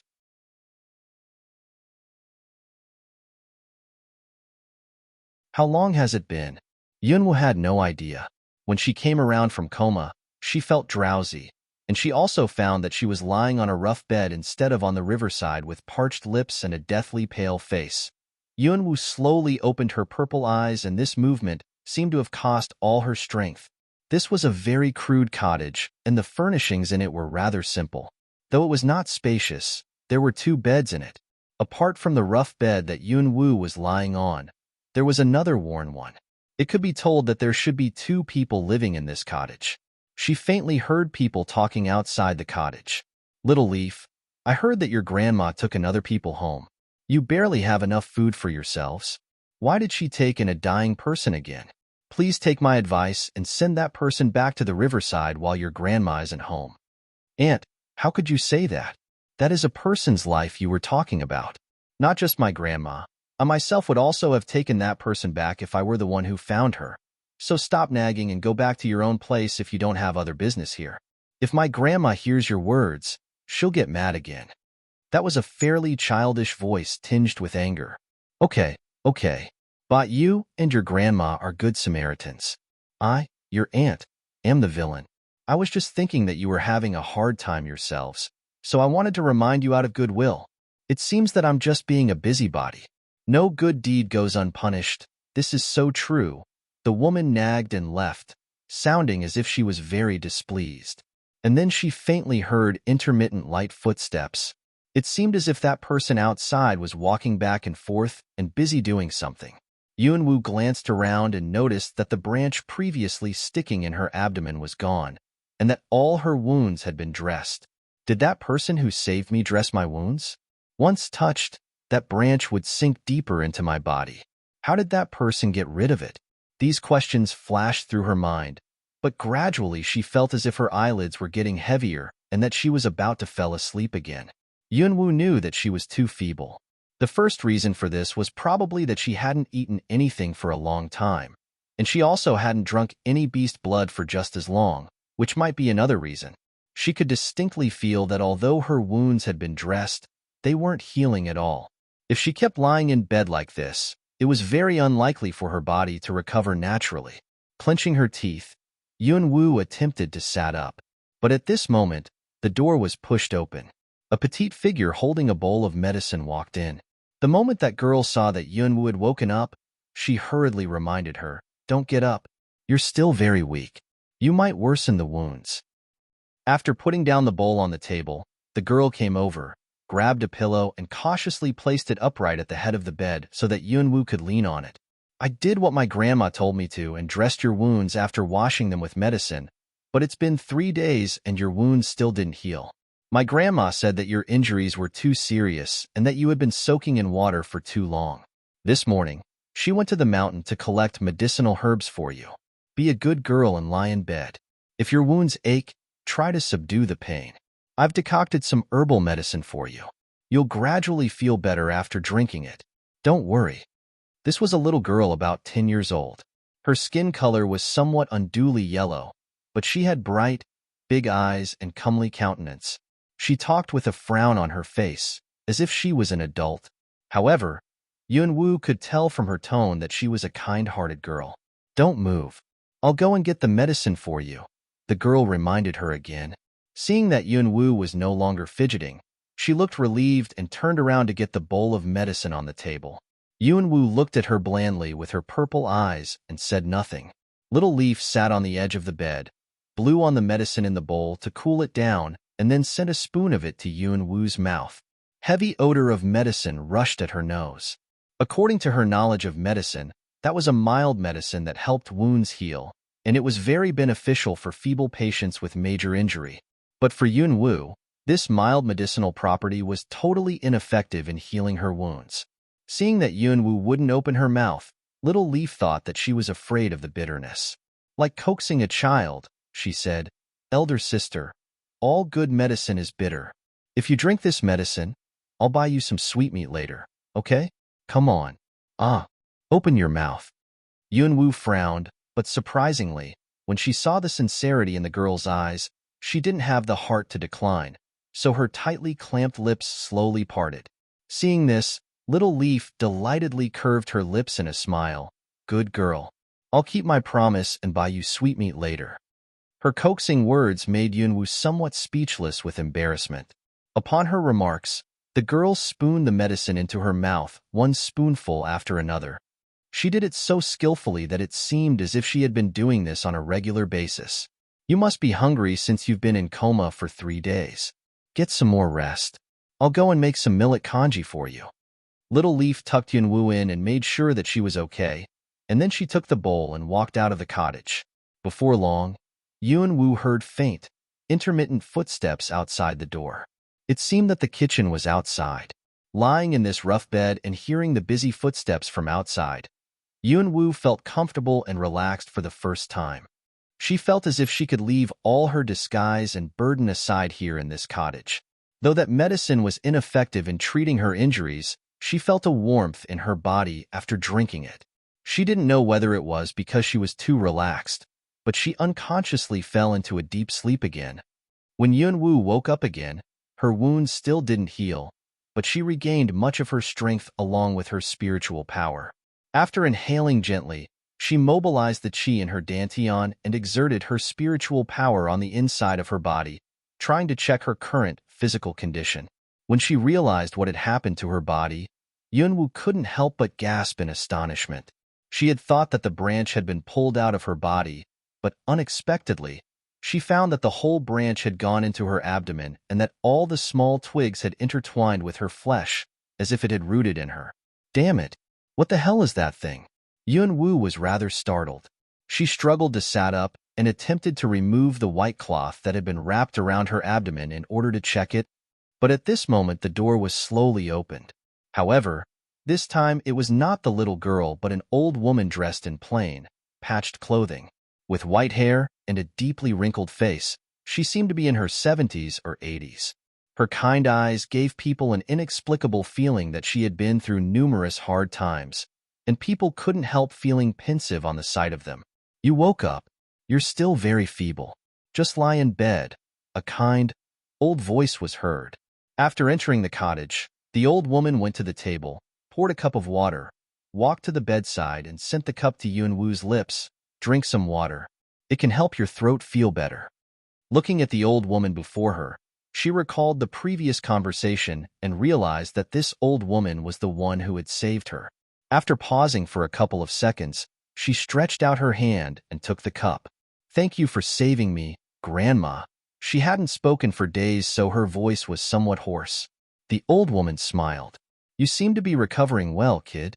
Judging from your wounds, you must have been washed downstream by that fast-flowing river in the Magic Beasts forest. Apart from those wounds, there are also several fractures, which I don't know how to heal. In a few days, I'll find a doctor to help you." Judging from the economic conditions of this family, Yunwu actually could tell that they probably couldn't afford the money to find a doctor to treat her. In fact, with her medical skills and special body, she was capable of treating herself. But on this occasion, Yunwu nodded at her. "Thank you, Grandma. Since you're calling me Grandma, there's no need for you to be too courteous. Your wounds haven't been healing all this time, so I collected some other medicinal herbs. Later, I'll have Little Leaf wash your wounds and apply the medicine." Smiling, Yunwu nodded. The old woman told her not to move too much and then walked out of the cottage. Yunwu lay in bed for another 3 days. During the 3 days, those wounds still hadn't healed, but she had handled those fractures by herself, and both her strength and spiritual power had recovered. However, she had been in horror all along because of that eerie branch that had rooted in her abdomen. She had scoured the Soaring Dragon scroll but hadn't found any records of this weird branch. She had meant to extract it by herself several times, but she could feel that every time she thought about removing it from her body, the branch started ramifying and growing more roots in her flesh, as if it possessed consciousness of its own. The pains were unbearable, but not intense enough to kill her. After 3 days, Yunwu gave up attempting to remove it from her body. She was afraid that the roots of that branch would be everywhere in her body if she kept thinking about getting rid of it. After getting out of bed, Yunwu checked the cloth wrapped around her and then slowly walked out of the cottage. The moment she walked out, she saw that a woman in plain clothes, who was about 30 years old, hastily running in her direction. You're the girl that Grandma Medicine saved, right? I'm Sisterly, living near the entrance of the village. Is Little Leaf home?" Sisterly, who had just ran over to the cottage, peered at Yunwu and was somewhat stunned when she saw her uncanny purple eyes and beautiful looks. But she soon took her eyes off Yunwu and intended to walk into the cottage. This was a remote valley, and there were barely any others living nearby. Outside the cottage, there was a thatch-roofed shed. A primitive kitchen was on one side of the shed, and there were some medicinal herbs on the other side of it. Further away, there was a fenced yard. Everything was full of rustic charm. "She's not in." Over the past 3 days, Yunwu had known more about the little girl and her grandmother. That little girl was not Grandma Medicine's biological granddaughter. Grandma Medicine found her when she was young and took her in, so she named her Little Leaf. As regards Grandma Medicine, it was said that she was born with no fighting force, and her children were unwilling to support her, so she moved here and lived in this mountain alone. In fact, Yunwu had always had a feeling that Grandma Medicine's identity was not exactly what she had told her, but Yunwu hadn't asked any further questions about it. "She's not in? Where could she be on this occasion?" Something happened to her granny. With a tight frown, Sisterly looked very anxious. Though Grandma Medicine lived deep in this mountain, all poor residents living nearby relied heavily on her medicine when they got a headache or fever or any other illnesses.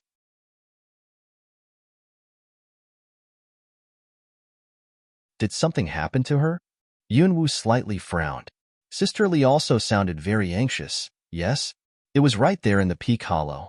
When my husband came back, he said that he saw a couple of fierce-looking men angrily went to Grandma Medicine, and that it seemed as if they wanted to snatch her medicinal herbs. I've already had my husband go there together with other villagers. Where exactly is little Leaf at this moment? However, before Sister Lee could finish her sentence, Yunwu turned around and quickly walked towards the path outside the valley. Hey, wait for me. Seeing this, Sister Lee hurriedly followed her. The peak hollow was on the top of a high hill outside the valley.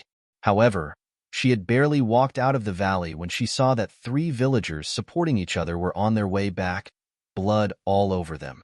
What happened, younger brother? Why are you all hurt? Sister Lee, who had been following Yunwu, yelled in shock and ran forward. However, before she arrived at their side, a man about 20 years old, who was in front of the others, fell to the ground, clutching his bleeding abdomen with a ghastly white face. Hurry, go and help. Before he could finish his words, he passed out. There were also plenty of wounds on the other 2 villagers. It seemed as if they had been injured by beast claws, and there were also saber cuts on them. When the man fell down, Sister Lee hurriedly ran to him and supported him, but soon her face changed drastically. My God. Younger brother, you lost so much blood. What can I do? Somebody help. In a village as remote as this, there were no other doctors except for grandma medicine. At this time, the other 2 villagers also couldn't hold any longer, and they both passed out. Sister Lee's yelling soon drew some other villagers to the scene. When the 2 unconscious men's relatives and wives saw them, their faces suddenly changed and they rushed to them. What happened? They lost so much blood. Go and get grandma medicine. Hurry. However, when those villagers were in panic, Yunwu frowned. Eventually, she walked forward, crouched down and took those silver needles out of the storage space. Hey, why are you pricking my husband with needles? Seeing that Yunwu stuck a needle into a villager's body, a woman glared at her and hurriedly tried to remove that silver needle. Don't touch it. If you want him to die, go ahead and pull out the silver needle. After saying this, she stuck another silver needle into another villager's body with the other hand.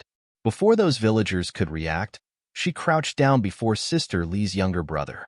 Under Sister Lee's confused gaze, Yunwu moved the man's hands aside and tore apart his clothes on his abdomen. There was a deep cut in his abdomen, and they could almost see his intestines and other entrails, which was an exceptionally gory scene. Sister Lee couldn't help gasping and her face instantly went pale. Seeing this, Yunwu frowned, but she had already blocked the arteries near the wound with silver needles, and the bleeding had been stopped temporarily. Don't move him. Let him lie on his back. I'll be back soon. Upon these words, Yunwu quickly stood up and left. Sister Lee collected herself. Seeing that her younger brother's bleeding had been stopped, she raised her head and looked at Yunwu, who was rapidly walking towards the peak hollow, her eyes full of amazement, but she didn't dare to raise any questions. The moment Yunwu walked out of the sight of those villagers, she gathered wind element around her and shot forward. On the bare top of the steep mountain, the air was filled with the smell of blood. 3 men and a wolf were standing on the edge of a cliff, and there were 5 villagers lying around with wounds caused by wolf claws and swords all over them. They were covered in blood and dying. Judging from the traces around, there had been a fight, but these villagers were no matches for them at all. At this moment, a young man glared at the edge of the cliff, a greedy and venomous look in his eyes. You goddamn old woman are so stubborn. If you don't give me the Ganoderma right now, I'll cut your hands off. Why are you wasting time talking to her? Just drag her up and take the Ganoderma. Another man older than the former once said with a murderous and sinister look in his eyes. A tubby man curved his lips in a smile. Be careful. There's a tense situation on the border, and this 300-year-old Ganoderma is worth a fortune there. Don't break it. Rest assured, Chief. With a greedy smile on his face, the young man crouched down and reached out his hand to grab Grandma Medicine, who was hanging onto a tree on the edge of the cliff. Grandma Medicine was holding a Ganoderma that she had just collected in the other hand, which was also the cause of this disaster. You devils. Let me go. In those 3 people's eyes, Grandma Medicine's resistance was like that of a shrimp or flea, which made them burst into laugh. The young man dragged Grandma Medicine up, snatched the Ganoderma in her hand and casually tossed her off the cliff. This kind of old woman is the most hateful. Seeing what the young man had done, the other 2 men burst into laugh. Little 3, You did it quick and clean. Well done. However, right at this moment, a scream of pain was heard. Looking at the dagger sticking in his arm, the young man abruptly widened his eyes. Almost at the same time, the fat man and the elder of the three men mobilized their fighting spirit. Who is it? Who's so bold and launched a sneak attack on me? You flattered yourselves. You think I need sneak attacks to handle you guys? An extremely cold voice was heard, as if it was coming from the bottom of the cliff. In the blink of an eye, two figures appeared behind them, and they didn't know exactly when. When they saw Grandma Medicine, all three of them widened their eyes in astonishment and disbelief. Hadn't he thrown that old woman off the cliff just now? How come she appeared behind him after just a fleeting moment? But when the three men saw Yun Wu's beauty as well as her otherworldly purple eyes, they were all stunned. Though she was dressed in patched gunny clothes which didn't even fit her, her exceptional beauty wasn't reduced a little bit. An amazed and greedy look flashed across the three men's eyes. Who are you, little girl? Don't try to be a busybody. You can't afford to mess with us. You have really seductive looks. Maybe you should consider serving us. I can guarantee you fine food and drinks. With her looks, she could be worth no less than this Ganoderma. I never expected that there would be a girl with such beauty in this out-of-the-way place. Under the greedy gaze of the three men, Yun Wu took Grandma Medicine, whose face was pale due to horror, aside and then slowly raised her eyes to look in the direction of the three men and a gray wolf. Is it you who hurt these villagers? She asked in a bland, gentle voice. The fat man curled his lip. Humph. They hindered our lucrative business. They should be grateful we didn't kill them. The elder of the three men looked Yun Wu up and down, an evil and greedy look in his eyes. Chief, since this little girl has come to us herself, we can't just let her go no matter what, can we? There was also a fevered look in the young man's eyes. Watching Yun Wu, he seemed to have forgotten the dagger was still sticking in his arm. Yeah, Chief.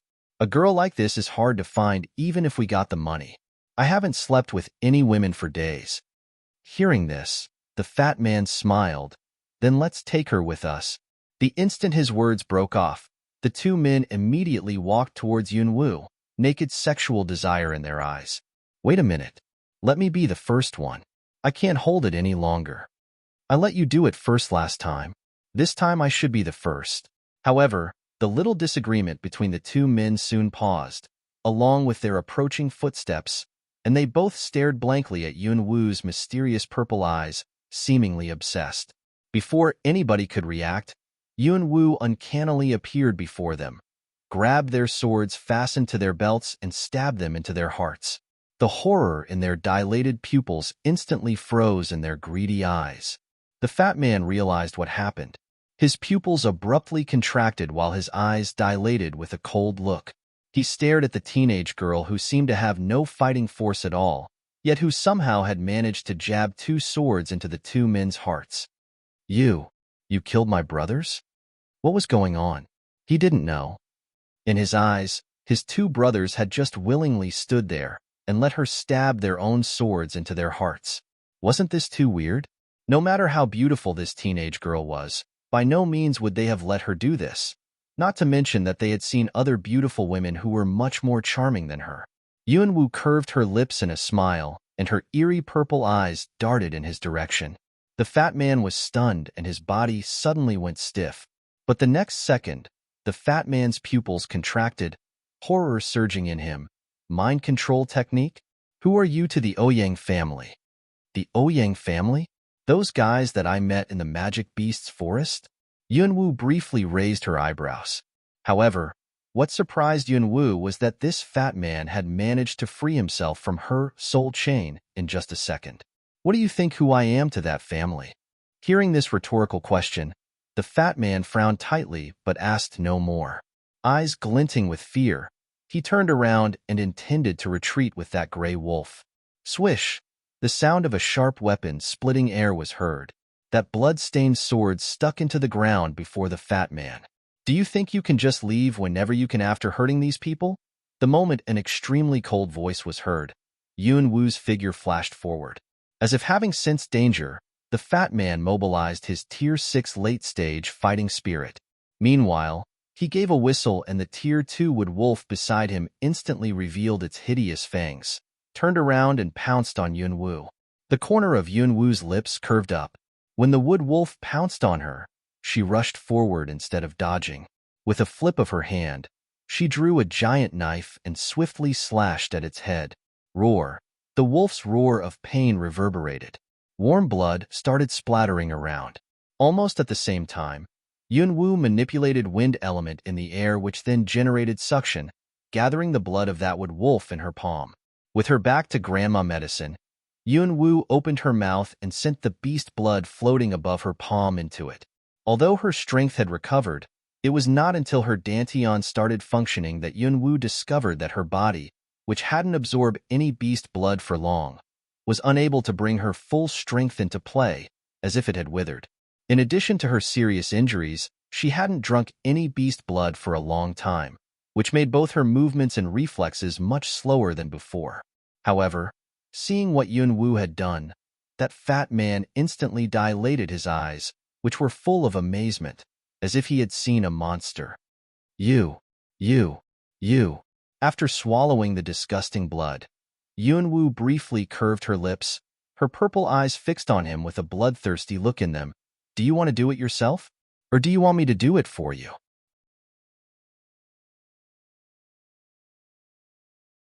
Stay away from me. For your information, I'm a collateral relative of the Morong family. If you hurt me, the Morong family won't let you get away with it. The fat man backed off. The Morong family? The one in Luo City? Yunwu had met some members of the Morong family in the Magic Beasts Forest, and they hadn't given her a good impression. What Yunwu didn't know was that Grandma Medicine, who was behind her and pale-faced, gave a violent shiver when she heard the three words, the Morong family.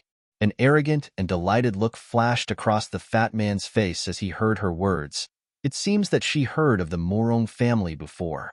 You think there's another Morong family apart from the one in Luo City? Let me tell you something.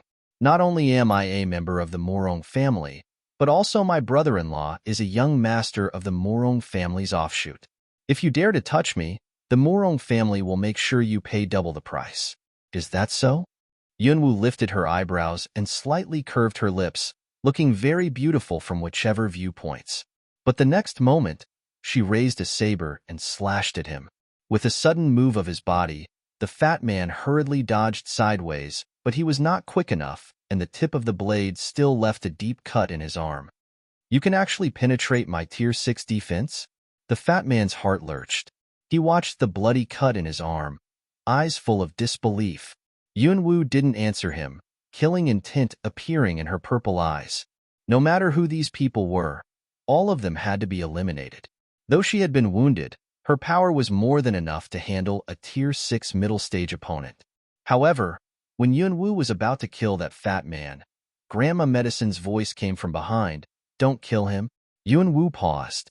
The fat man took advantage of this opportunity, abruptly leaped off the cliff and disappeared in the blink of an eye. Looking down at the bottom of the cliff, Yunwu frowned tightly. If she went after him right now, she could surely catch up with him. But considering Grandma Medicine's concern and those injured villagers, she eventually gave up pursuing him. Letting that fat man go would undoubtedly bring her trouble in the future. But those were future stories. Granny, how do you feel? Yunwu turned around, looked at Grandma Medicine's pale face, and asked in concern. As regards why she had tried to stop her, she didn't ask. This Grandma Medicine must have a past that she preferred to remain secret from others. It was just that she was not willing to tell others about it, so Yunwu wouldn't ask her. Grandma Medicine had saved her life, so she was her benefactor. Repaying every favor that others had done her was Yunwu's principle. I'm fine. I just sprained my ankle. Help me go there and check those villagers. However, at this moment, they saw many other villagers quickly coming up from the steep path with sticks or shovels in their hands.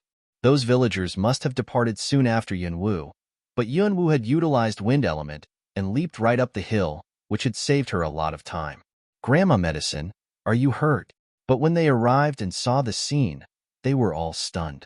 The wood wolf had been halved and the two villains had been stabbed in their hearts, while the teenager and the old woman were standing at the side, which was in stark contrast to the bloody scene. However, These were villagers of great simplicity. Instead of becoming suspicious of how this had happened, they just hurriedly carried those wounded villagers back to the village. "Grandma Medicine, what should we do? It will take us a full day to go to the city and get a doctor here. Grandma Medicine, please come and take a look at my dad." Those injured villagers had been carried back to the village. All of them were covered in blood and half-dead. Everybody who saw them couldn't help yelling in shock. Anxiety and concern pervaded the whole small village. Grandma Medicine had sprained her ankle, but the moment she came back, instead of having a rest, she had someone support her and hobbled towards those injured villagers. Seeing this, Yunwu couldn't help frowning. Although Grandma Medicine had some knowledge of medicinal herbs and elementary medical skills, which enabled her to handle wounds that were not serious, there were 8 injured villagers in total, and they were all badly hurt. If treated only with medicinal herbs, their chances of survival would be greatly reduced. In fact, Yunwu had been trained to be a top killer in her last incarnation, so she had got rid of her mercy a long time ago. Repaying favors was the best she could do. But when she saw these villagers whose nature was of pure simplicity, she regained part of her charity. She walked towards Sister Li's younger brother, who had suffered the worst injury among the 8 villagers. "If you want to save him, go get me some needles and threads." Eyes full of tears, Sister Li was stunned when she heard Yunwu's words. Both her younger brother and her husband were hurt, and she was extremely anxious, but there was nothing she could do. However, when she heard Yunwu's words, she was stunned for a few seconds, but soon she collected herself. "You can help them? I'll go find these things right now." After Sister Li ran out, Yunwu asked Grandma Medicine to tell the village chief to have all the other villagers leave. Grandma Medicine was a little confused about what Yunwu was doing, but when she saw that Yunwu stopped those injured villagers bleeding by using silver needles, a flicker of surprise flashed across the bottom of her eyes. After those villagers left, Sister Li came back with needles and threads. There were no disinfectant and other things that were available in modern society, and Grandma Medicine's medicinal herbs came in very handy. When everything was ready, Yunwu didn't ask Sister Li to leave. Instead, she told her to assist Grandma Medicine in stabilizing the other injured villagers' condition. However, when they saw the medical treatment that Yunwu performed next, Grandma Medicine and Sister Li were almost transfixed with shock. Yunwu stitched those damaged entrails up with a small needle and threads, and then she did the same thing to their muscles, skins. Her movements were quick, clean, and very accurate, and the only words that was suitable to describe them was divine. It looked like a simple thing to do, but sewing those wounds alone took her 2 hours. When this operation was completed, Yunwu applied Grandma Medicine's medicine for trauma to those wounds and simply bandaged them up. Monitor his temperature tonight. If his conditions are stable tonight, you can remove those stitches half a month later, and then in another month, he should fully recover. After giving Sister Li these tips, Yunwu walked towards another patient. Some deep cuts were relatively difficult to deal with, but Yunwu managed to handle them rather smoothly. It was just that there were 8 injured villagers, and when she completed the last operation, a day and a night had passed.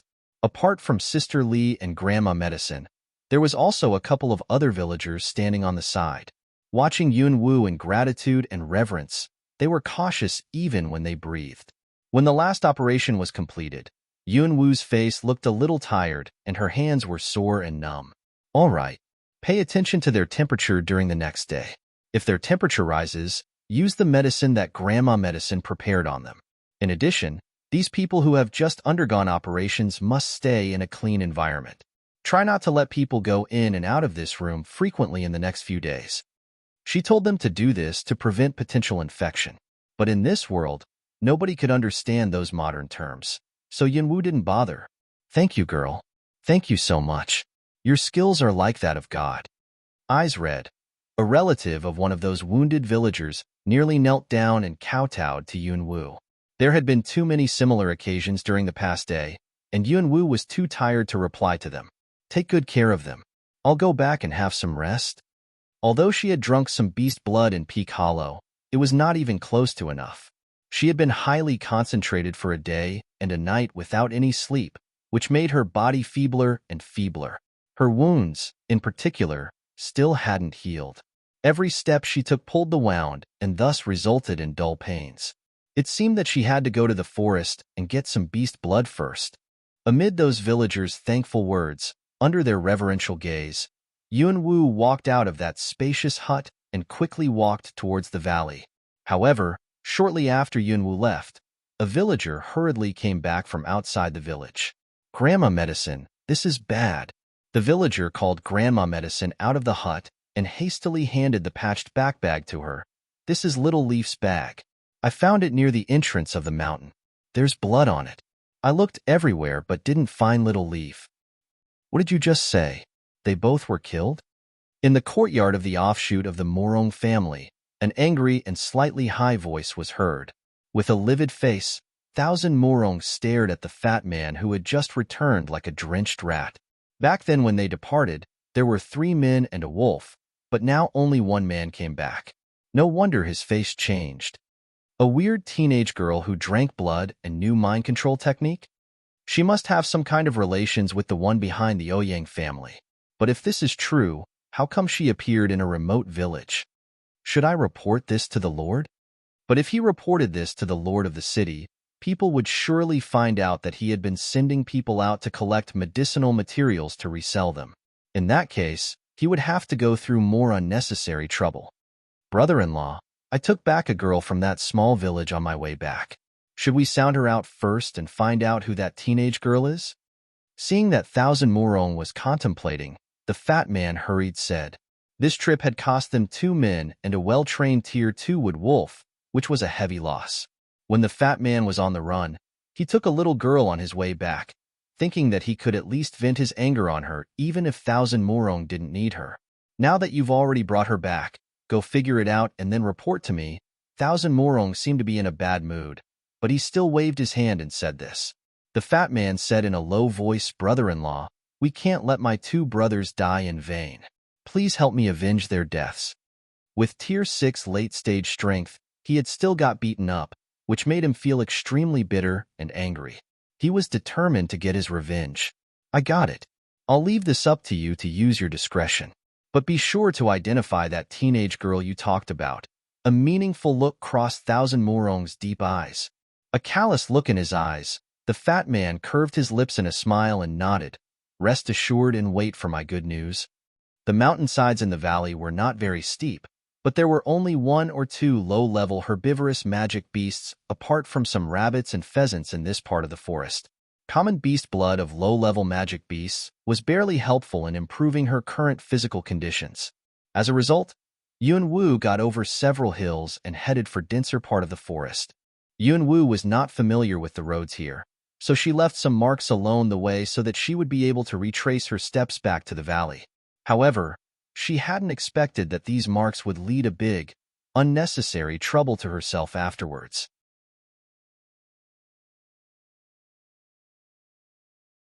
Shortly after Yunwu entered a dense forest, she finally caught sight of some traces of magic beasts. However, the magic beasts of the highest level that she had encountered on a circular walk was around Tier 2. Instead of going further, Yunwu picked a wild leopard in middle stage of Tier 2. Though her body was out of condition, her movements were quick and clean, and she struck like greased lightning. She raised her saber, gave a slash, and killed it with 1 blow. When Yunwu picked herself up from that wild leopard, she was half full. Her lips were covered in blood, and a big part of her coat was also blood-stained, the smell of which disgusted her. But she felt warmer, and gradually, it seemed as if those seemingly withered meridians were beginning to revive. Those wounds on her body were also becoming itchy. Yunwu knew that was her wounds slowly healing. Seemingly, as long as her body wasn't resurrected, she was really like a walking corpse relying on beast blood to survive. Out of no specific reason, Yunwu felt somewhat anxious deep down in her heart. She disliked this feeling, since it was too passive, and it also led to an unduly intense sense of insecurity. At this moment, she couldn't help thinking of that man who had jumped off the cliff into the torrent with her, and who had gone missing. Where was he exactly? Rustle. The sound of grass rustling and some kind of wind was heard. Yunwu squinted. With a sudden move of her body, she flashed into a big tree in the twinkling of an eye. Right at this moment, The figures of several assassins in black rushed over through the grass in a quick and covert manner. "What a strong smell of blood," one of those assassins said in a deep voice. The other assassin's eyes had already flashed in the direction of the wild leopard's body. "It died a short while ago." This smell of blood covered all the other odors. "We lost the target's direction. What do we do now?" "We split up. The master ordered us to take the target's head back, whatever the cost." The instant the conversation ended, those assassins' figures split up and flashed in several different directions. On the tree trunk, Yun-Woo, who had been keeping his chi hidden, couldn't help but lift her eyebrows after those assassins left. Tier 7 assassins. Who were they after? Of course, this curious thought merely flashed across Yun-Woo's mind and soon disappeared. Curiosity killed the cat. She knew this very well. But at this moment, swish, the sound of something sharp splitting the air was heard. A figure leaped down from a tree with dense foliage, pressing the blade of a sword against Yun-Woo's neck, while Yun-Woo's dagger pointed at the man's heart. "Who are you?"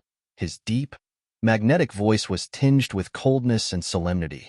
He was a handsome young man about 20 years old, dressed in a brocade robe with the pattern of a flying black dragon on it. He was staring squarely at Yun-Woo's purple eyes. Like that of a hawk, his eyes were piercingly black, and the look in them was a mixture of condescension and nobility, but it was also extremely icy. If Long Qingxia was a man like a yokai, then this man was a domineering and callous man. However, Yun-Woo found his unduly piercing black eyes somewhat repellent. "I think my identity doesn't concern you, does it?" Yun-Woo slightly curved her lips, but her voice was extremely apathetic. The man started looking Yun-Woo up and down with his piercing eyes. Her hair was tied behind her head in a casual way, revealing her fine features, especially her charming purple eyes. But what she was wearing was patched gunny clothes, as if she was trying to hide her beauty, but her attire failed to conceal her intrinsic unruliness. A short while ago, when she killed that Tier 2 wild leopard, he had flashed into the top of this tree after finding this place by following those special marks. He hadn't expected that he would witness the scene of her lying on the wild leopard's body drinking its blood. Of course he was astonished, but he was more curious. After those assassins who had been pursuing him to kill him left, he had meant to quietly approach her. Unexpectedly, she detected him the moment he made his move, and now he ended up in this situation. During the past 21 years of his lived life, no woman had ever treated him like this. "What's your name?" The man's black eyes were still piercing, but he seemed to have an aggressive momentum. He stared at her with exceptionally deep eyes. Yun-Woo frowned. His gaze gave her goosebumps, which was not a pleasant feeling. But in the blink of an eye, she slightly curved her lips in a half-smile. "Are you pretty used to put a sword to a girl's throat before asking her name?" Stunned, the man looked down at Yun-Woo, whose lips had curved into a smile. He lifted his eyebrows and put away his sword after a couple of seconds' silence. "Can you tell me now?" Yun-Woo smiled, but the next second, an aggressive look flashed across her eyes and she swung her dagger at him. The man narrowed his piercing eyes with a frown, gave a leap and dodged aside quickly. But at this moment, Yun-Woo had leaped down the tree and intended to leave. "You want to leave without answering my question?" Swish! He stabbed the sword at her. With a sudden move of her body, Yun-Woo swiftly dodged aside, but she discovered that the man's speed was extremely fast. There had been several occasions when she nearly got hit by him. Wind attribute, middle stage of Tier 7. This man was merely in his early 20s, but his strength was already in middle stage of Tier 7. His endowments were far more superior than that of those so-called geniuses. Among all the people she had met so far, this man was the one with the best talent apart from that yokai like Long Qingxia. However, that man was just as surprised as Yun-Woo was. Early stage of Tier 7? This teenage girl, who was seemingly 15 or 16 years old, was actually an early stage of Tier 7? What kind of talent was this? The man watched the beautiful, agile teenage girl in front of him, the look in his eyes becoming deeper. He stopped attacking and stared squarely at Yun-Woo. "If you don't want to disclose your name, at least tell me your surname." Surname? Wasn't telling him her surname synonymous with telling him her background? Yun-Woo raised her eyes and glanced at that man. Judging from his attire and temperament, this man must come from an unusual background. Find out about it yourself if you think you can. The moment her apathetic voice died away, Yunwu turned around and intended to leave, since she had sensed that those assassins that had left just now were on their way back here. The man had also detected this. His clamped lips suddenly curved up. He put away the sword in his hand, and with a sudden move of his body, he flashed to Yunwu, who was about to leave, and grabbed Yunwu's hand. Like lightning, he dragged her and shot forward. All this happened before Yunwu could reacted, and when she realized what had happened, an assassin had come at her head-on. Damn it! Yunwu attempted to draw her hand back from that man's grip, but the assassin was stabbing a sword at her from the front. Out of instincts, she moved sideways and meanwhile swung her dagger backwards across that assassin's throat. Blood gushed out. There was still disbelief in the assassin's eyes when his body fell down to the ground. How quick your moves are. Did you practice assassin skills? The man who was holding Yunwu's hand stared at Yunwu with an exceptionally deep look in his eyes. Killing intent appeared in Yunwu's purple eyes. She swung her dagger at the man's hand with which he was grabbing hers. The man squinted with a dangerous look in his eyes, but he still loosened his grip and quickly flashed aside. No woman has ever dared to swing a knife at me again and again. His deep voice went icy. Yunwu curved her lips in a sardonic smile. Next time, I won't just swing a knife at you. I'll kill you. An amused look crossed the bottom of the man's eyes. You really know how to bluff. As long as you tell me your name, I'll let you go. Otherwise, you'll have to stay here with me. You think you can stop me leaving? Yunwu curved her lips in a smile which was piercingly cold. Maybe others can't, but I, Zhou Feiyu, never let things that catches my fancy slip away. These confident words were uttered in a highly domineering tone. But hearing these words, Yunwu sneered secretly. Things? Even if she was a thing, he was in no place to be interested in her, not to mention that she was not a thing. Is that so? Yunwu squinted her purple eyes with a smile. Abruptly, in less than the blink of an eye's time, a rapid blur flashed past Zhou Feiyu at a weirdly fast speed along with a gleam of cold light. Dodge. He merely managed to turn his head aside and didn't even have the chance to dodge. The dagger in Yunwu's hand had been stuck into the tree behind him and a thin, bloody line appeared on his handsome face. The distinct sting was like a reminder of what had just happened. Don't overestimate yourself. If I intend to kill you, I can do it a lot quicker than those who are after you can. Yunwu's voice was extremely cold. After giving a cold glimpse at him, she turned around and left without waiting for him to make any responses. This time Zhou Feiyu didn't pursue her. Watching Yunwu's receding figure, he raised his hand and stroked away that blood bead on his cheek with the fingertip of one of his long fingers. The corner of his lips slowly curved in an amused smile. So interesting. But in his deep black eyes, a ferocious look flickered. There had never been anything that he, Zhou Feiyu, failed to get. After getting far away from that man, Yunwu didn't return immediately. She hunted another magic beast and consumed some of its blood along with holy grass. Grandma Medicine's medicinal herbs were not very effective in healing her wounds, so Yunwu collected some other medicinal herbs and changed the dressing. After doing all this, Yunwu followed those marks and retraced her steps back to that remote valley. When she returned to that cottage, it was already dark, but she discovered that both Grandma Medicine and Little Leaf were not in. She thought that they were in the village taking care of those injured villagers, so she didn't try to look for them. The next day, with the efficacy of beast blood and holy grass in addition to practicing qi circulation for a night, Yunwu felt that her meridians had fully recovered and her wounds had been healing quickly. The wounds on her body should heal completely in 2 days. As regards that branch in her abdomen, it didn't penetrate her dantian but rooted around her dantian. Elder White, who was in the necklace around her neck, had been quiet all along ever since she woke up. Everything seemed so weird. But since she couldn't figure these things out, Yunwu just left them aside. She stood up, stretched out a little, and intended to go and check those villagers that got injured yesterday. But the moment she walked out of the cottage, she saw Sister Lee hurriedly ran in her direction again. Where were you yesterday, girl? Something happened. Something happened? With those drugs prepared by Grandma Medicine, Nothing serious could have happened even if those patients had caught fever after operation.